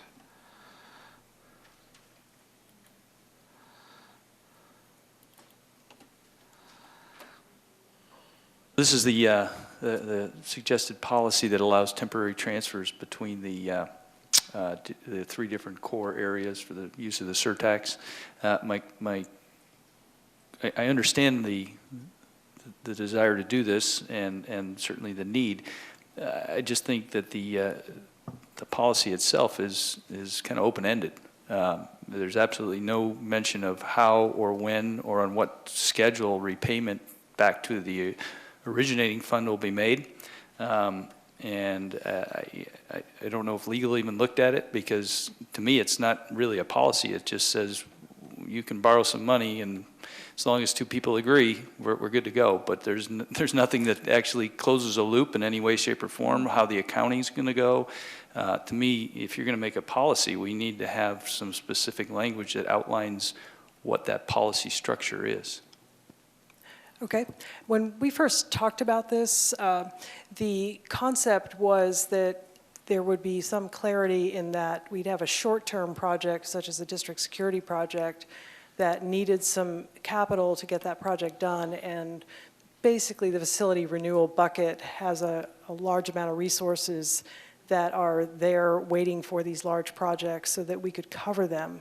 So there really wasn't an intent to develop a repayment schedule and things like that, because we felt that mostly these would be very short-term projects borrowing from a large pool of money. And if that was not the case, then the folks in charge of either of those buckets of money would say, this isn't going to work.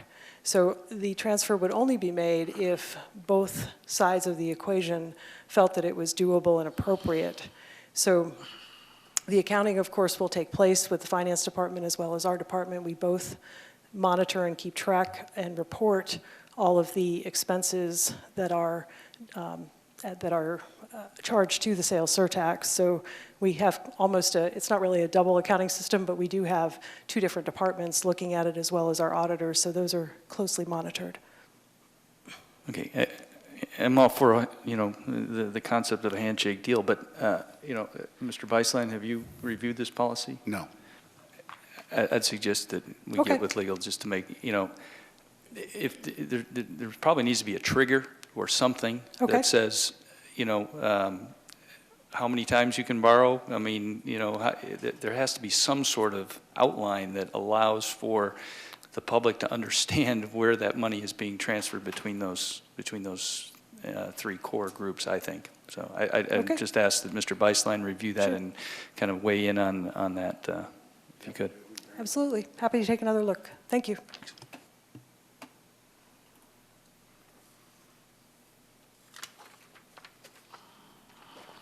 Okay, we are now at board member reports and discussion points section. In addition to discussion points, I request the board members please include any information requests to be placed on board assigned tasks during this time. Mrs. Henderson has asked for discussion about impact fees. Mrs. Henderson. My discussion is a request to put the impact fees back on for a vote, either an up or down. Either we want to go forward with collecting them in the new way, which was approved by the Capital Outlay Committee and by the planning committees by the county, or we don't. Leave it like it is. I think that we just need to get this back on, and then back to it. If we choose to go forward with that, with 3 people voting, yes, then it goes back into the county. It's what, another 3 to 5 months away before it would go into effect, because it would be another month for us before we could get it on. Then it would be the following month to get it on their calendar, and then it has to sit for 3 months. So this would give the opportunity for the district to be collecting, more funds at $500,000 a year, and it would be putting it into the 2 fee districts. And I think that whether you want to vote for it yes or you vote for it no, I think that we just need to have a vote on it. Last time we did it by consensus. This time I think we need to have a vote. Anybody else have a comment? Ms. Belford. I would be happy to have that come back for vote. What I would ask, and Dr. Blackburn and I have had this conversation, if that is the direction we are going, I would like to see a recommendation from the superintendent that that is the direction that we're going, with justification as to why that recommendation is coming forth from the superintendent. I would also like to see a game plan, formal or informal, as to how we're going to educate our community about the importance of doing that. I think that's going to be critical before we simply go to the county commission and ask them to consider that increase in impact fees. And the reason that I make those requests is, quite frankly, it doesn't make sense to me to bring it forward and not feel like we can all support it. So I would hope that we could have information come forward that would allow us all to support that effort going forward.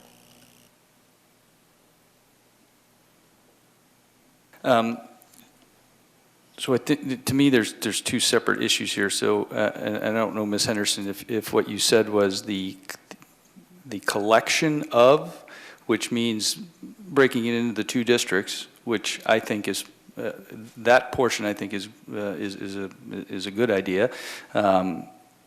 But then there's so that's one part of it. The other part of it is the actual upping of revenue, and I hate to use the term revenue because it's not there yet, but requesting more money through through those impact fees, or increasing those impact fees. And increasing the impact fees across the board, I still have quite a bit of problem with that, because I haven't seen that strategic financial plan that defines, we talked about this back in March, that defines what's going to happen in 2020, what's going to happen when the surtax money runs out. How does that affect our ability to repay COPS? How does that affect our ability to pay balloon payments on our debt? And specifically, if we're going to talk about building new schools, it needs to be a comprehensive district plan, not just for 1 or 2 areas. And certainly when we, the question I brought up, and I still bring up, and Dr. Blackburn and I talked about when we visited Cocoa High, is of all the schools that have the projected, population increase, The Cocoa High School, junior, senior high, was at 135%, well above anything that any of the other areas that we were talking about possibly needing a new school is at. So I think we needed to have that whole conversation as a bigger picture and part of that strategy. So, and then addressing exactly how we, if you're going to increase revenue, is it across the board?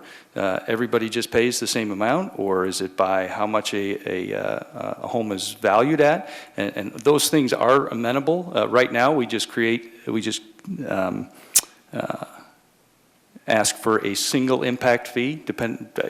I could build a $50,000 house. I could build a $5 million house. The impact fee is the exact same. We can change that. We can make recommendations to the county to change that as a graduated thing. We can work with our realtors, we can work with our home builders, the people that are already affected by surtax right now, to ensure that we have a level playing field and that it makes sense and it actually does what it's supposed to do.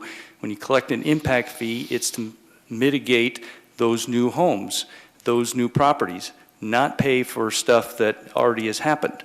And so as somebody builds a new home, we need to make sure that that money is, no kidding, being allocated to support the impact that that community or that new group of residents is making by them building those new homes, whether that's a single home or a variety of homes. So I'm not quite sure which we're discussing, whether we're discussing both parts of it, or whether we're addressing just the actual changing how the districts are made up so that there are only 2 districts for collection. But certainly we can have that discussion. Mr. Theodore, I'm going to respond, but you may want to be prepared to correct me if I'm wrong. That was a good question, though, about separating, because 2 districts is one item, and the amount of the fees is a second item. And I want to address your ratio or changing the method. First of all, you are correct, as I understand it, that the net result of this would increase revenue a little bit. However, this is not an across-the-board, as I understand it, increase in impact fees. It actually, in the case of some applications, a reduction of impact fees. There was a impact fee study done, which is required by law every 5 years. The county commission is really the custodian of this process, and they had that done. And the study came back and said that the approximate cost of a new student seat is about $20,000.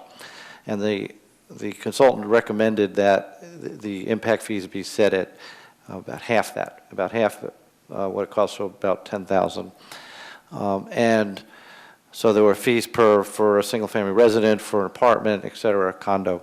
I forget what the breakdown was. And so our thoughts were, since the impact fees were close to 50% of the recommended amount, that we just level them off at 50%. So we have something to reference against, which was the recommendation, and go to 50%. That would actually have lowered some a bit and raised some a bit. Of course, the impact fees are supposed to be for accommodating more students in a geographical area by being able to afford the student stations. And of course, we know this won't pay for the student stations. It just helps supplement the cost wherever need be. As far as a proportional amount, I'm not sure I get the logic. Initially, you could see that might be relevant. Somebody has a $1 million home versus a $100,000 home. Maybe they should have. However, impact to me is warm bodies and seats. So a family of 4 living in a $1 million house versus a family of 4 living in a $100,000 house has, to us, is the same impact. And that's what we would be mitigating, the impact of that student seat. So I don't know if it's fair to increase that impact fee for a higher priced home just because it's a higher priced home, because the cost of that home doesn't impact us.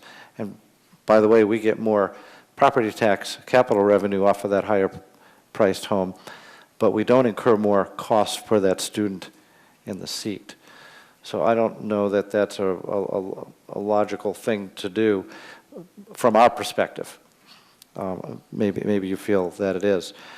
I just felt we should just have this done because just how everything's aligned. I'm not sure that it's worth and I think, if I recall correctly, the net projected additional revenue is not even $500,000, if I correct. So your request, Mr. Craig, is logical, but I think we're asking for a lot of projections, a lot of planning for just a little bit of additional revenue. And it's not about what to do with the extra revenue. I think it's just more just aligning and uniformity against a consultant's recommendation. Yes. We discussed all this. Mr. Theodore presented this to us back in March. Would you please send us that information again? Okay. That way you can look at it and see the way the breakdown is, because we can't remember back in March. I mean, come on. What I will give you as to your distinction of differences is I personally think the two-district issue is infinitely more important than the fee adjustment issue with relevance to flexibility of us being able to meet needs in our communities. So I'm fine with breaking those up into two conversations, but I don't think we can go back. I don't think we go to the county necessarily twice on the issue. Maybe we'll have to check with them if they mind bringing them up as separate issues. Okay, I think they will be. I don't see a reason why they wouldn't. But certainly I'll ask. And your point is well taken about the impact of individual students. My reasoning for bringing that up was that we have not talked about that. We have not planned, and I am adamantly against going out and getting more revenue without a plan. It's just not that, that's not how that's not how you budget, right?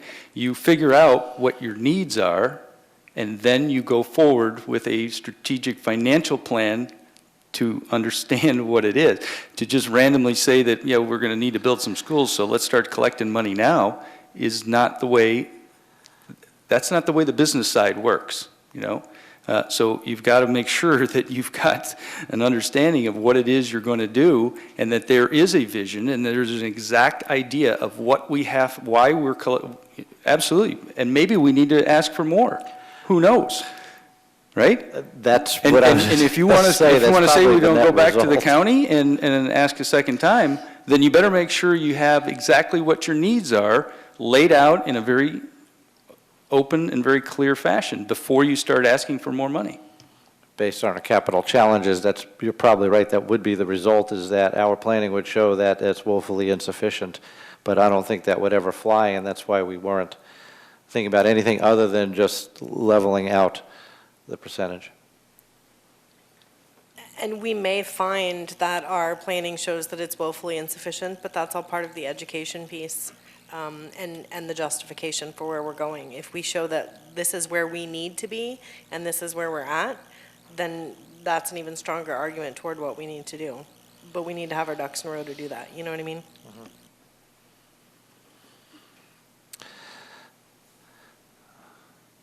So I guess the question is, do we just have the two-district conversation in short order and the fee adjustment in later order?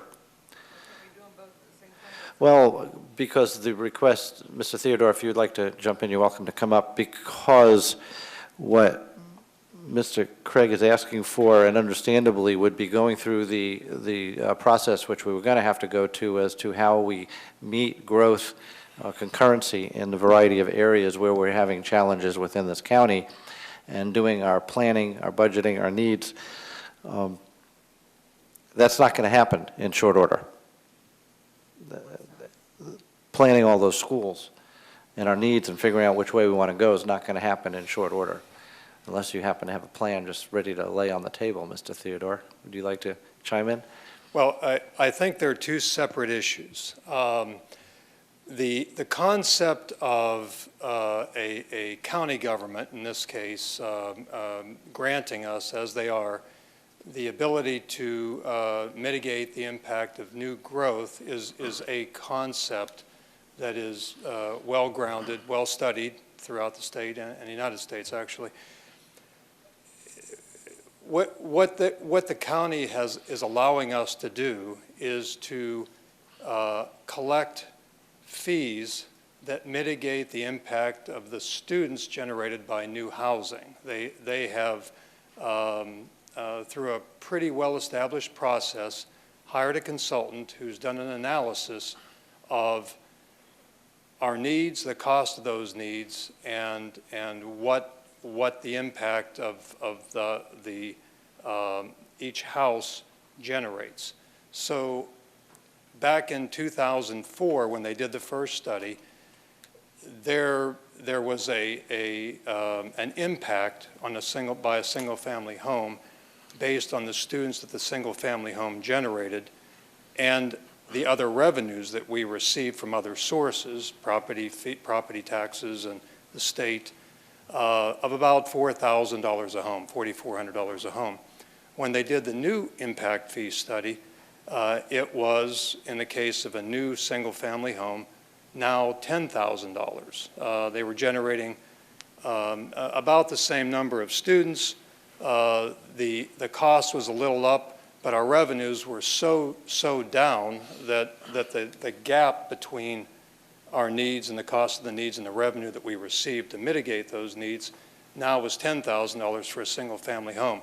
On the other hand, it was just very slightly up for multifamily and actually down for mobile homes. At the same time, they said that they actually emphasized that we should have one district instead of four. You want to localize where you put the impact fees that you collect, but they said that we operate as a single district. So the rational nexus, which is the real test for impact fees, was in this case not in an individual district within our school district, because that's not the way that we operate. We take money from all sources and we move it around to address the impacts of the need at that time with the knowledge that eventually we're going to be in every location within the county. That is they emphasize that's exacerbated, if you will, by our choice programs where students move around. And in fact, we did a study where a lot of students weren't going into those same impact fee districts. So we said that give us more flexibility by going to a single impact fee district. We went through a pretty involved process with the local representatives which sit on the Capital Outlay Committee, and they all agreed, district-wide, unanimously actually, that two impact fee districts were the right choice. They in fact advocated unanimously that we raise them to $6,000 in a single-family home to give us about the same revenue in the south area where we were collecting only partially now because we were saying that that gets a little complicated, but they did say that they were advocating for $6,000. As representatives of all our local governments, we went to the county commission and basically said you really can't pick and choose numbers for single family versus multifamily and make them different. There has to be some sort of rational basis for you setting an impact fee, and we would recommend that you set them at 50% of the consultant's recommendation because it had a rational basis for coming up with those numbers. And in fact, that was what they were proposing to do. They ran it before their planning committees and I think a home builders committee. So we were at that point where they were about to decide whether or not to pass a new ordinance. So I think the idea of separating the fee structure from the number of impact fee districts would be difficult for them. I think it would be confusing to both the public and that commission. I would not recommend doing that. I think it's either you do both at the same time or you just do one and forget the other.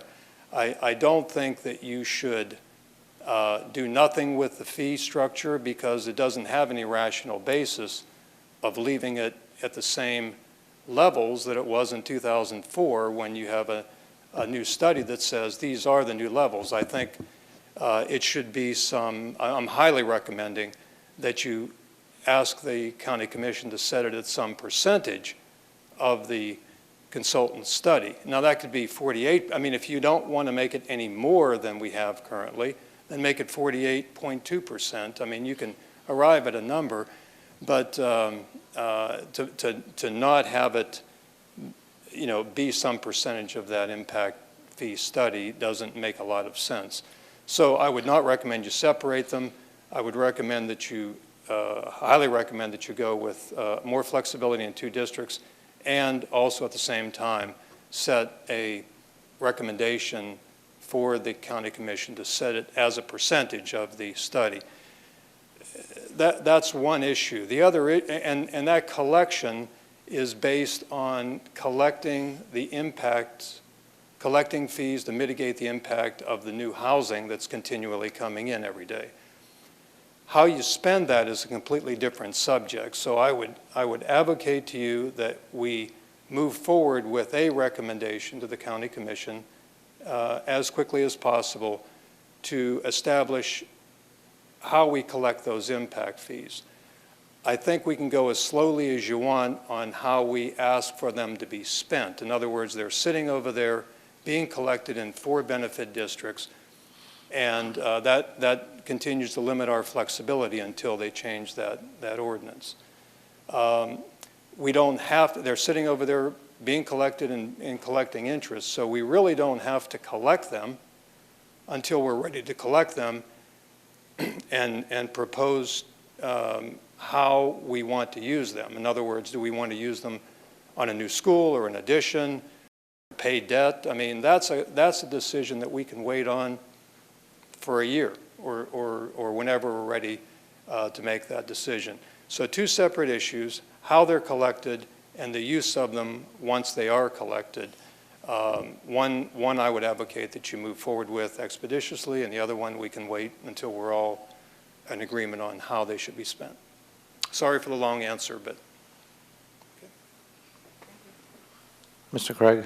No, it's a great answer. I appreciate it. And all I'll go back to is that, a lot changed between March and July and August. And as I said before, this needs to be Dr. Blackburn's plan. I mean, I just don't, we haven't had that discussion yet with him. We've had it individually and with some guidance, but we haven't had that discussion. And so if you want to have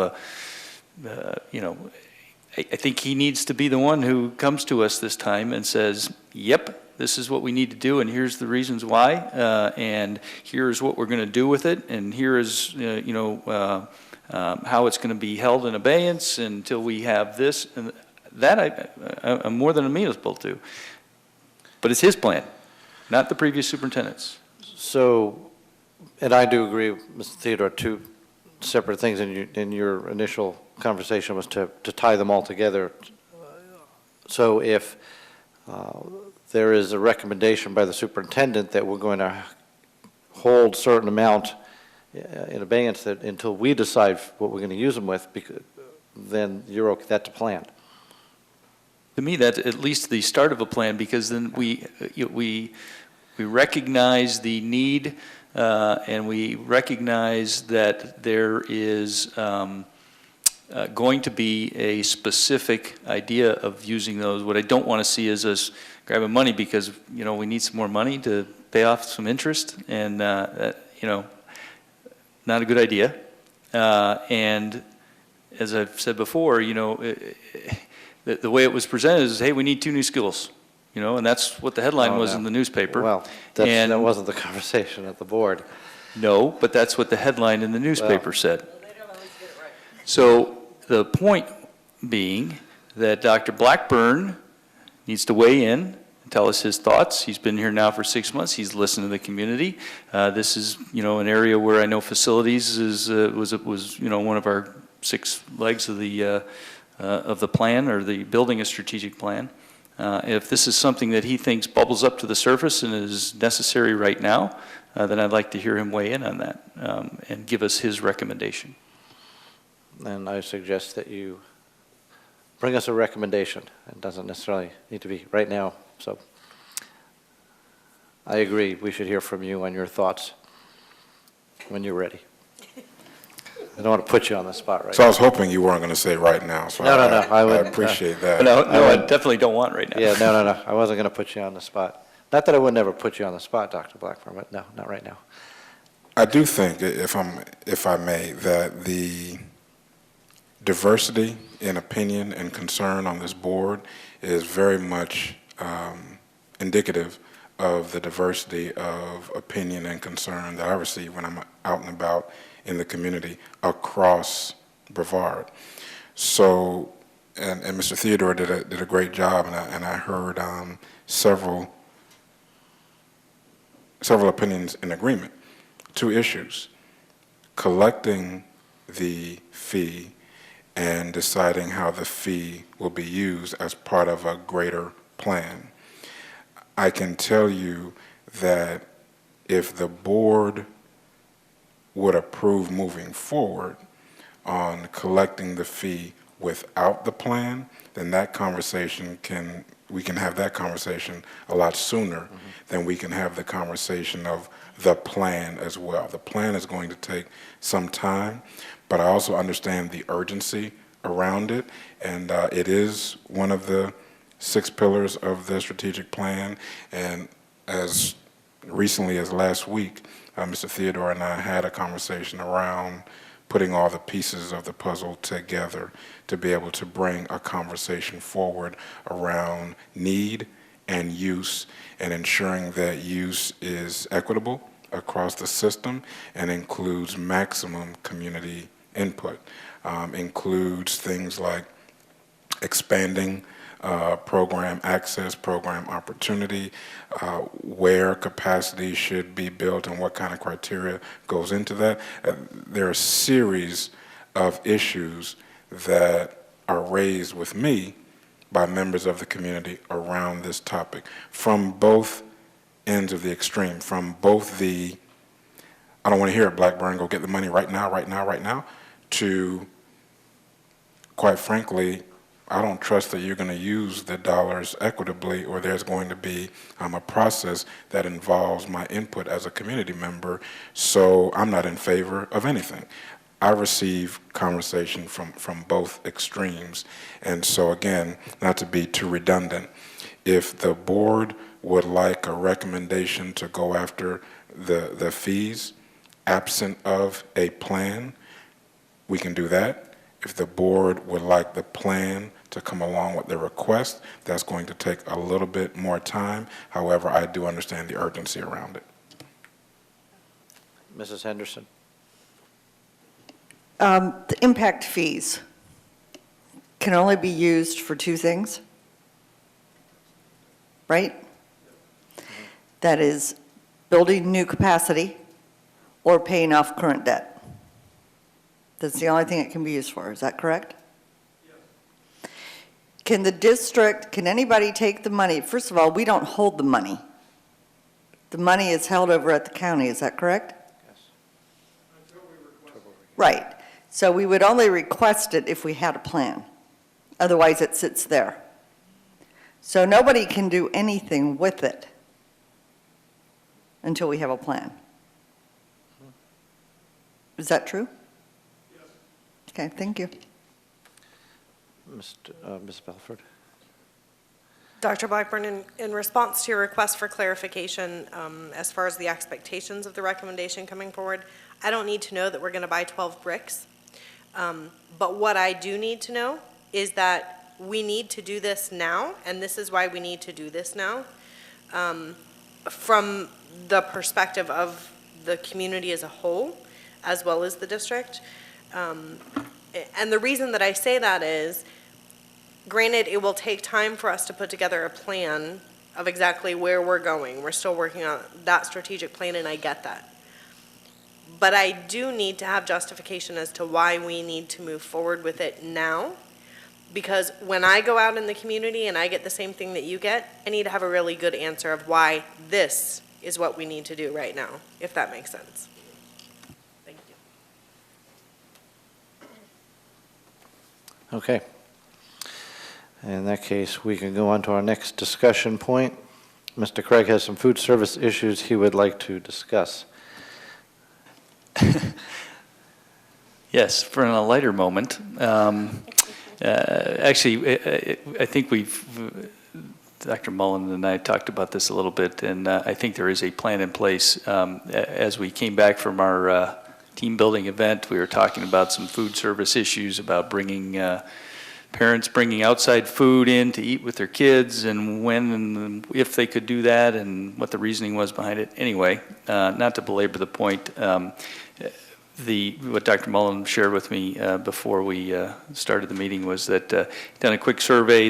We are kind of, we've got some different ideas at different schools in different areas and how this actually happens. And so he has told me that they're going to get together and figure out what we need to do and how we can standardize and make sure that our schools are all kind of aligned in the same way. Is that a fair assessment, Dr. Mullen? So we don't need to talk much more about it because that, I think, will help us quite a bit.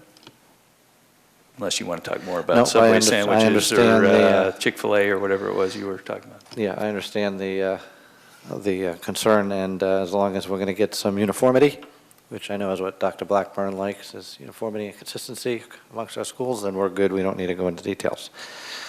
And then, Mr. Craig, you had a discussion on dual enrollment. Yes. So over the last few weeks, I had 2 separate calls on 2 separate incidences of a senior student, dual enrolled, that at the end of the first semester fell below the district minimum or and state minimum of a 3.0 unweighted GPA in high school classes. And both of them are like, 1C, so they got a 2.98 or a 2.97, whatever it was. And so what that does is it triggers them being disenrolled from dual enrollment, right? Both of these they were both young men, both of them had already completed all the requirements for graduation. So it left them kind of in limbo, and the parents were a little confused as to exactly what was happening. They were getting some conflicting information. And while we ended up, and the principal was awesome, and so was Dr. Reinhardt, they got involved right away. And while we mitigated those situations, what it brought up was if there was 2 of them, there's probably some more. And so I wanted to kind of get into the language of dual enrollment and try and figure out the whole thing myself. So I got into the student progression plan, and it outlines very clearly what the requirements are for entry into dual enrollment, and what the requirements are to maintain dual enrollment. And they're actually written straight from the state statute, because the state statute controls dual enrollment. And so the language comes from the same thing. But one thing that stuck out to me as you read the language, both in our student progression plan and in the state statute, is that while the 3.0 unweighted high school GPA is a requirement, and then the individual higher institution of learning gets to set their own requirement. If you go to Eastern Florida's website, theirs is that they maintain a 2.0 or above in those dual enrollment classes that they're taking at the college. But the final sentence in both of those says that exceptions to required GPAs may be granted on an individual student basis if the educational entities agree.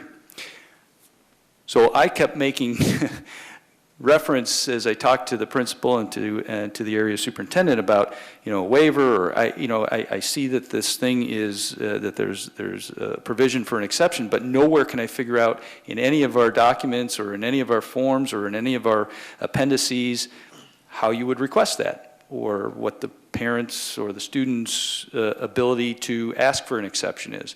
And what I found was, at least when I talked to the principal, was that the dual enrollment policy, or dual enrollment guide that that they follow, at least this high school followed, was very clearly stated that there was no ability for a waiver.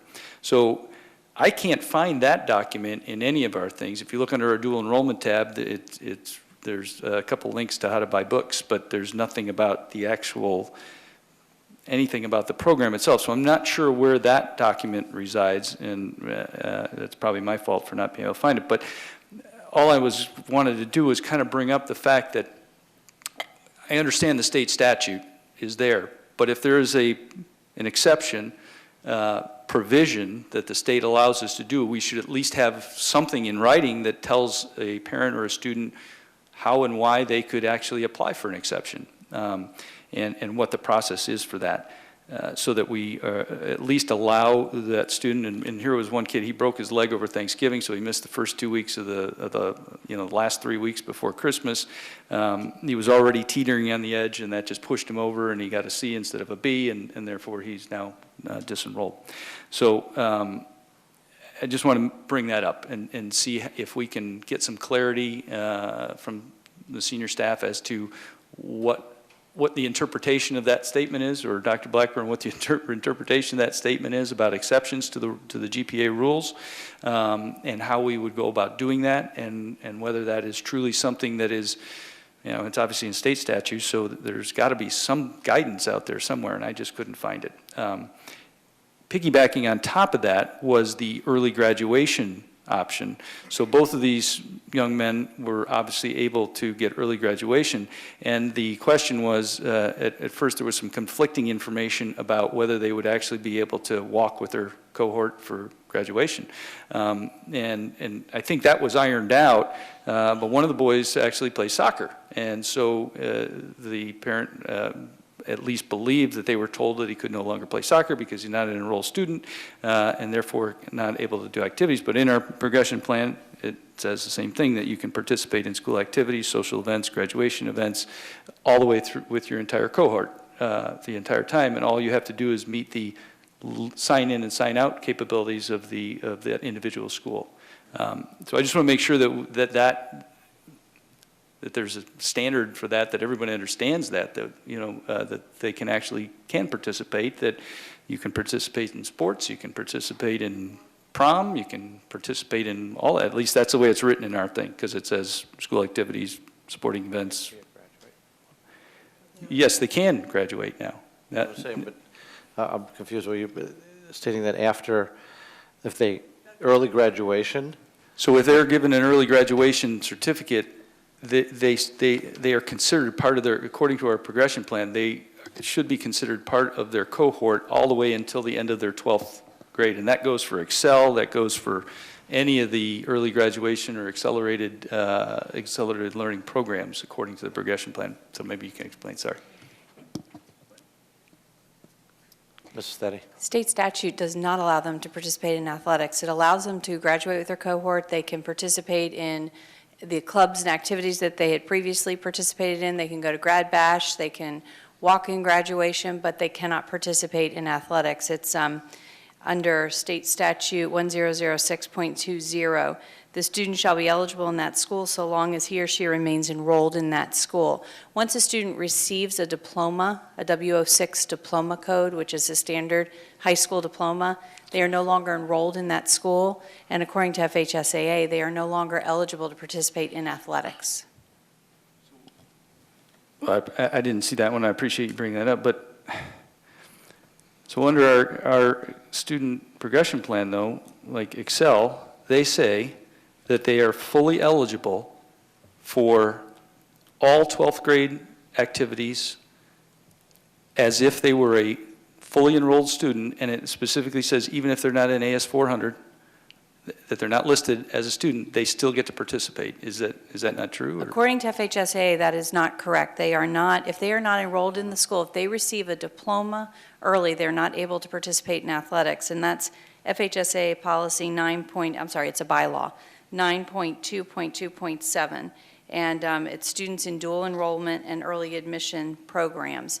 And if they're not enrolled in the school, and we did get clarification today from FHSAA, if they are not enrolled in the school, they are not eligible to participate in athletics. Okay, and then I guess that's not how I interpret our progression plan. And I think if you read specifically the Excel portion of our progression plan, it says they are treated exactly as if they're enrolled. So I don't know, maybe we just need to reevaluate. We can get some clarification on that tomorrow. I don't have that statute Yeah. or that part of it in front of me. Okay. I have the FHSAA piece. and Okay. But all the other activities and everything, they can participate They in. can walk across the stage with their cohort, grad bash, prom, all of those things are appropriate per statute and by our progression plan. Okay. Ms. Belford?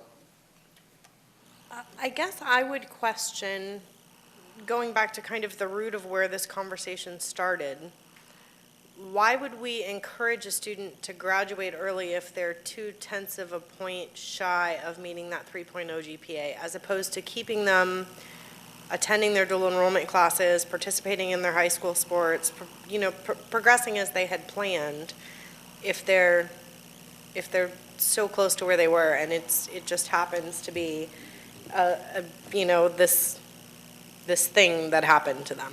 Not having been privy to any of that information and that conversation, I really can't speak to that issue.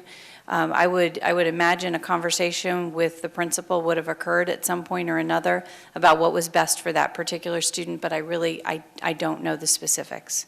And I can just, in both these cases, the students had taken every AP course, they had taken every course, they just, they were basically told, you need to go warm a seat in order to be able to continue to participate. And they were both like, I don't need to go sit in, wrestling or whatever the elective was that was available, 7 classes of electives that they don't need, and that were not challenging on a educational basis. So, and then they were obviously disenrolled from dual enrollment. They could go back and they can pay for their own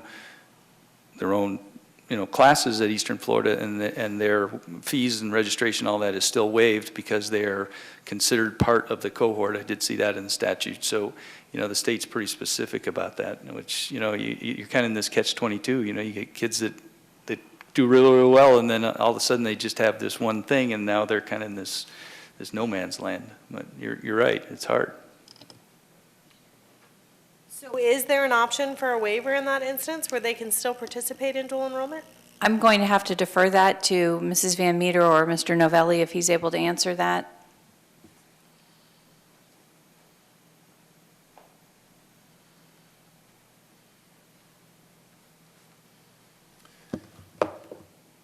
Yes, there are several different documents that I've had a chance to take a look at recently. And as we go through Mr. Craig, you pointed out in the student progression plan, you read that section about a waiver process that was also verbatim taken from the state statute. And it says, exceptions to the required GPA may be granted on an individual student basis if the educational entities agree and the terms of the agreement are contained within the dual enrollment articulation agreement.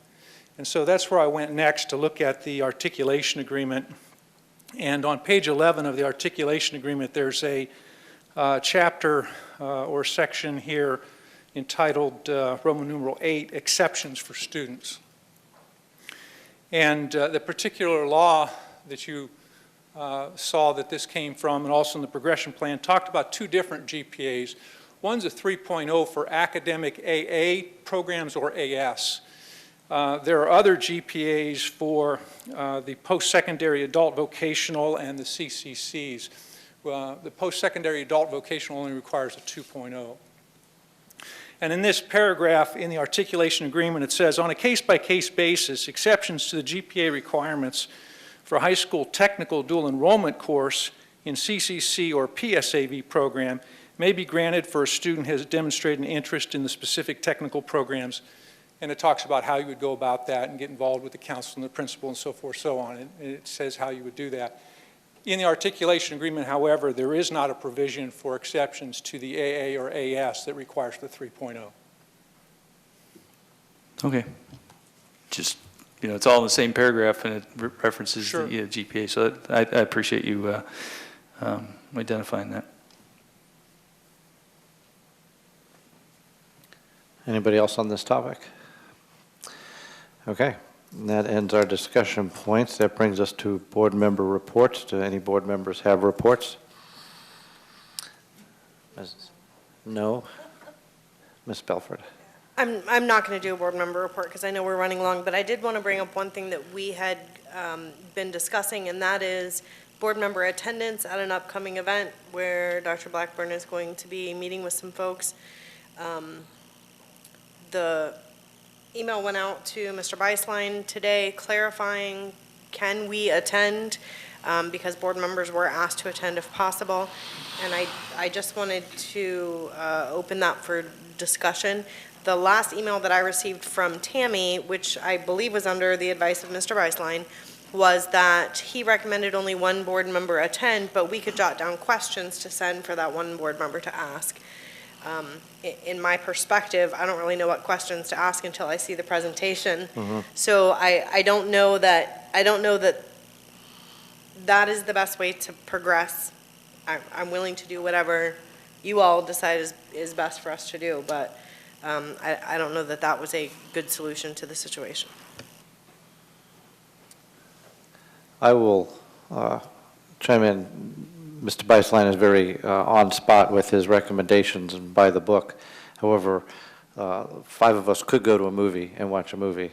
We just couldn't discuss anything that's going to come before us. We can go to any presentation together. We just can't engage in any conversation that might come before us. This would be of that nature that it might come before us. So if there's more than one of us, then all we could do is be observers. That doesn't bother me if multiple of us attend something of that nature, unless we feel, or Dr. Blackburn feels, that he needs a board member with him to give input, which I don't think he does. I think we would be going to observe. So I leave that to each of you individually to decide what you're comfortable with doing. No, I agree. I'm not quite sure why we would be going to ask him questions when we can ask him questions right here. I didn't quite understand that, unless he wanted somebody there to ask him a specific question. Maybe I'm not saying that. the specific, I'm just saying in general, that's the only reason that would be an issue. So it's up to you individually what you're comfortable doing, Mr. Beislein. What I saw in the email that I got was an invitation for 2 particular board members perhaps to come to this briefing to explain this program, and I simply think that if you can go to that briefing and you can just listen and not comment and not discuss among yourselves anything about what you're seeing, fine. But I mean, that's tough to do, but I'm sure you can do it if you're disciplined about it. I think it's clearly something that's likely to come before you. It seems to me that this sort of needs to be after you get the information from them, it would be more like a workshop to tell us more about it. If that. I mean, it's up to Dr. Blackburn where I know, but he's going to that's get a what I'm saying, presentation. either. If he's interested, he'll bring it further. If not, then it's up. So I'm not concerned about it myself at this point in And time. only the boys were invited, by the way. Oh, we're going there, are we? I see how it is. Just so you know. Well, that being the case, we're going to jump right to Mr. Craig to see if one of the boys has a. No, but the only thing I'll bring up is just and real quick, but just a great shout out to Endeavor, the community school. I think all 4 of us were there, obviously, and Dr. Blackburn was there for the ribbon cutting. But that was an awesome community event. Extremely well done to see the amount of people and the diversity of leaders and concerned parents and community members that were in attendance. It was awesome. So I can't wait to see what Rashad does with that and go visit it many times, because I think that is critical to our development in so many ways, and it was a great thing. So. That's okay. it. Then all I want to say is Again, congratulations to Dr. Pace. Well-deserved. We're very proud of you for your new position with Osceola Public Schools, assuming you're going to accept the position. We'll have to talk later. Dr. Blackburn, do you have anything? Thank you. I also want to say again, congratulations to Dr. Pace on that outstanding achievement. Looking forward to, not looking forward to you leaving, but looking forward to having a superintendent colleague a stone throw away. So thank you and congratulations. And just to say really thank you to the community at large for the overwhelming support that we received on the December 15th Strategy Matters conversation. To have close to 600 people file into this room was amazing, not to mention all the people that have tweeted and texted and emailed that they were watching it from home. And I will tell you, I get asked the question a lot, is there anything that I can do to support you, Dr. Blackburn? I get asked that question a lot, and I appreciate how many times I get asked that question. I would ask for a couple of things, and they're cost neutral: support and patience. And they're sort of synonymous. I mentioned earlier around another issue that today's harvest is a result of yesterday's planting. Tomorrow's harvest will be a result of today's planting. We have soil to turn, we have seeds to plant, we have to cover those seeds, ensure the right amount of watering, sunshine or not. There's a lot of work that has to go into ensuring tomorrow's harvest yields the fruit that we want. And it's, unfortunately, it's not going to come overnight. And unfortunately, the yearn to have things happen overnight will exacerbate today's problems, my concern. And so support and patience, and I am truly appreciative of all the support and patience that we've received thus far. Thank you. It's a lot of harvest commentary Lot of throughout the day lot of there. metaphors. Farmer Blackburn. That one agriculture lesson I received in Earth, Space, the Science. metaphors in there, geez. Yeah. All right. Seeing no other conversation, this meeting is adjourned. If nothing more, we have fun.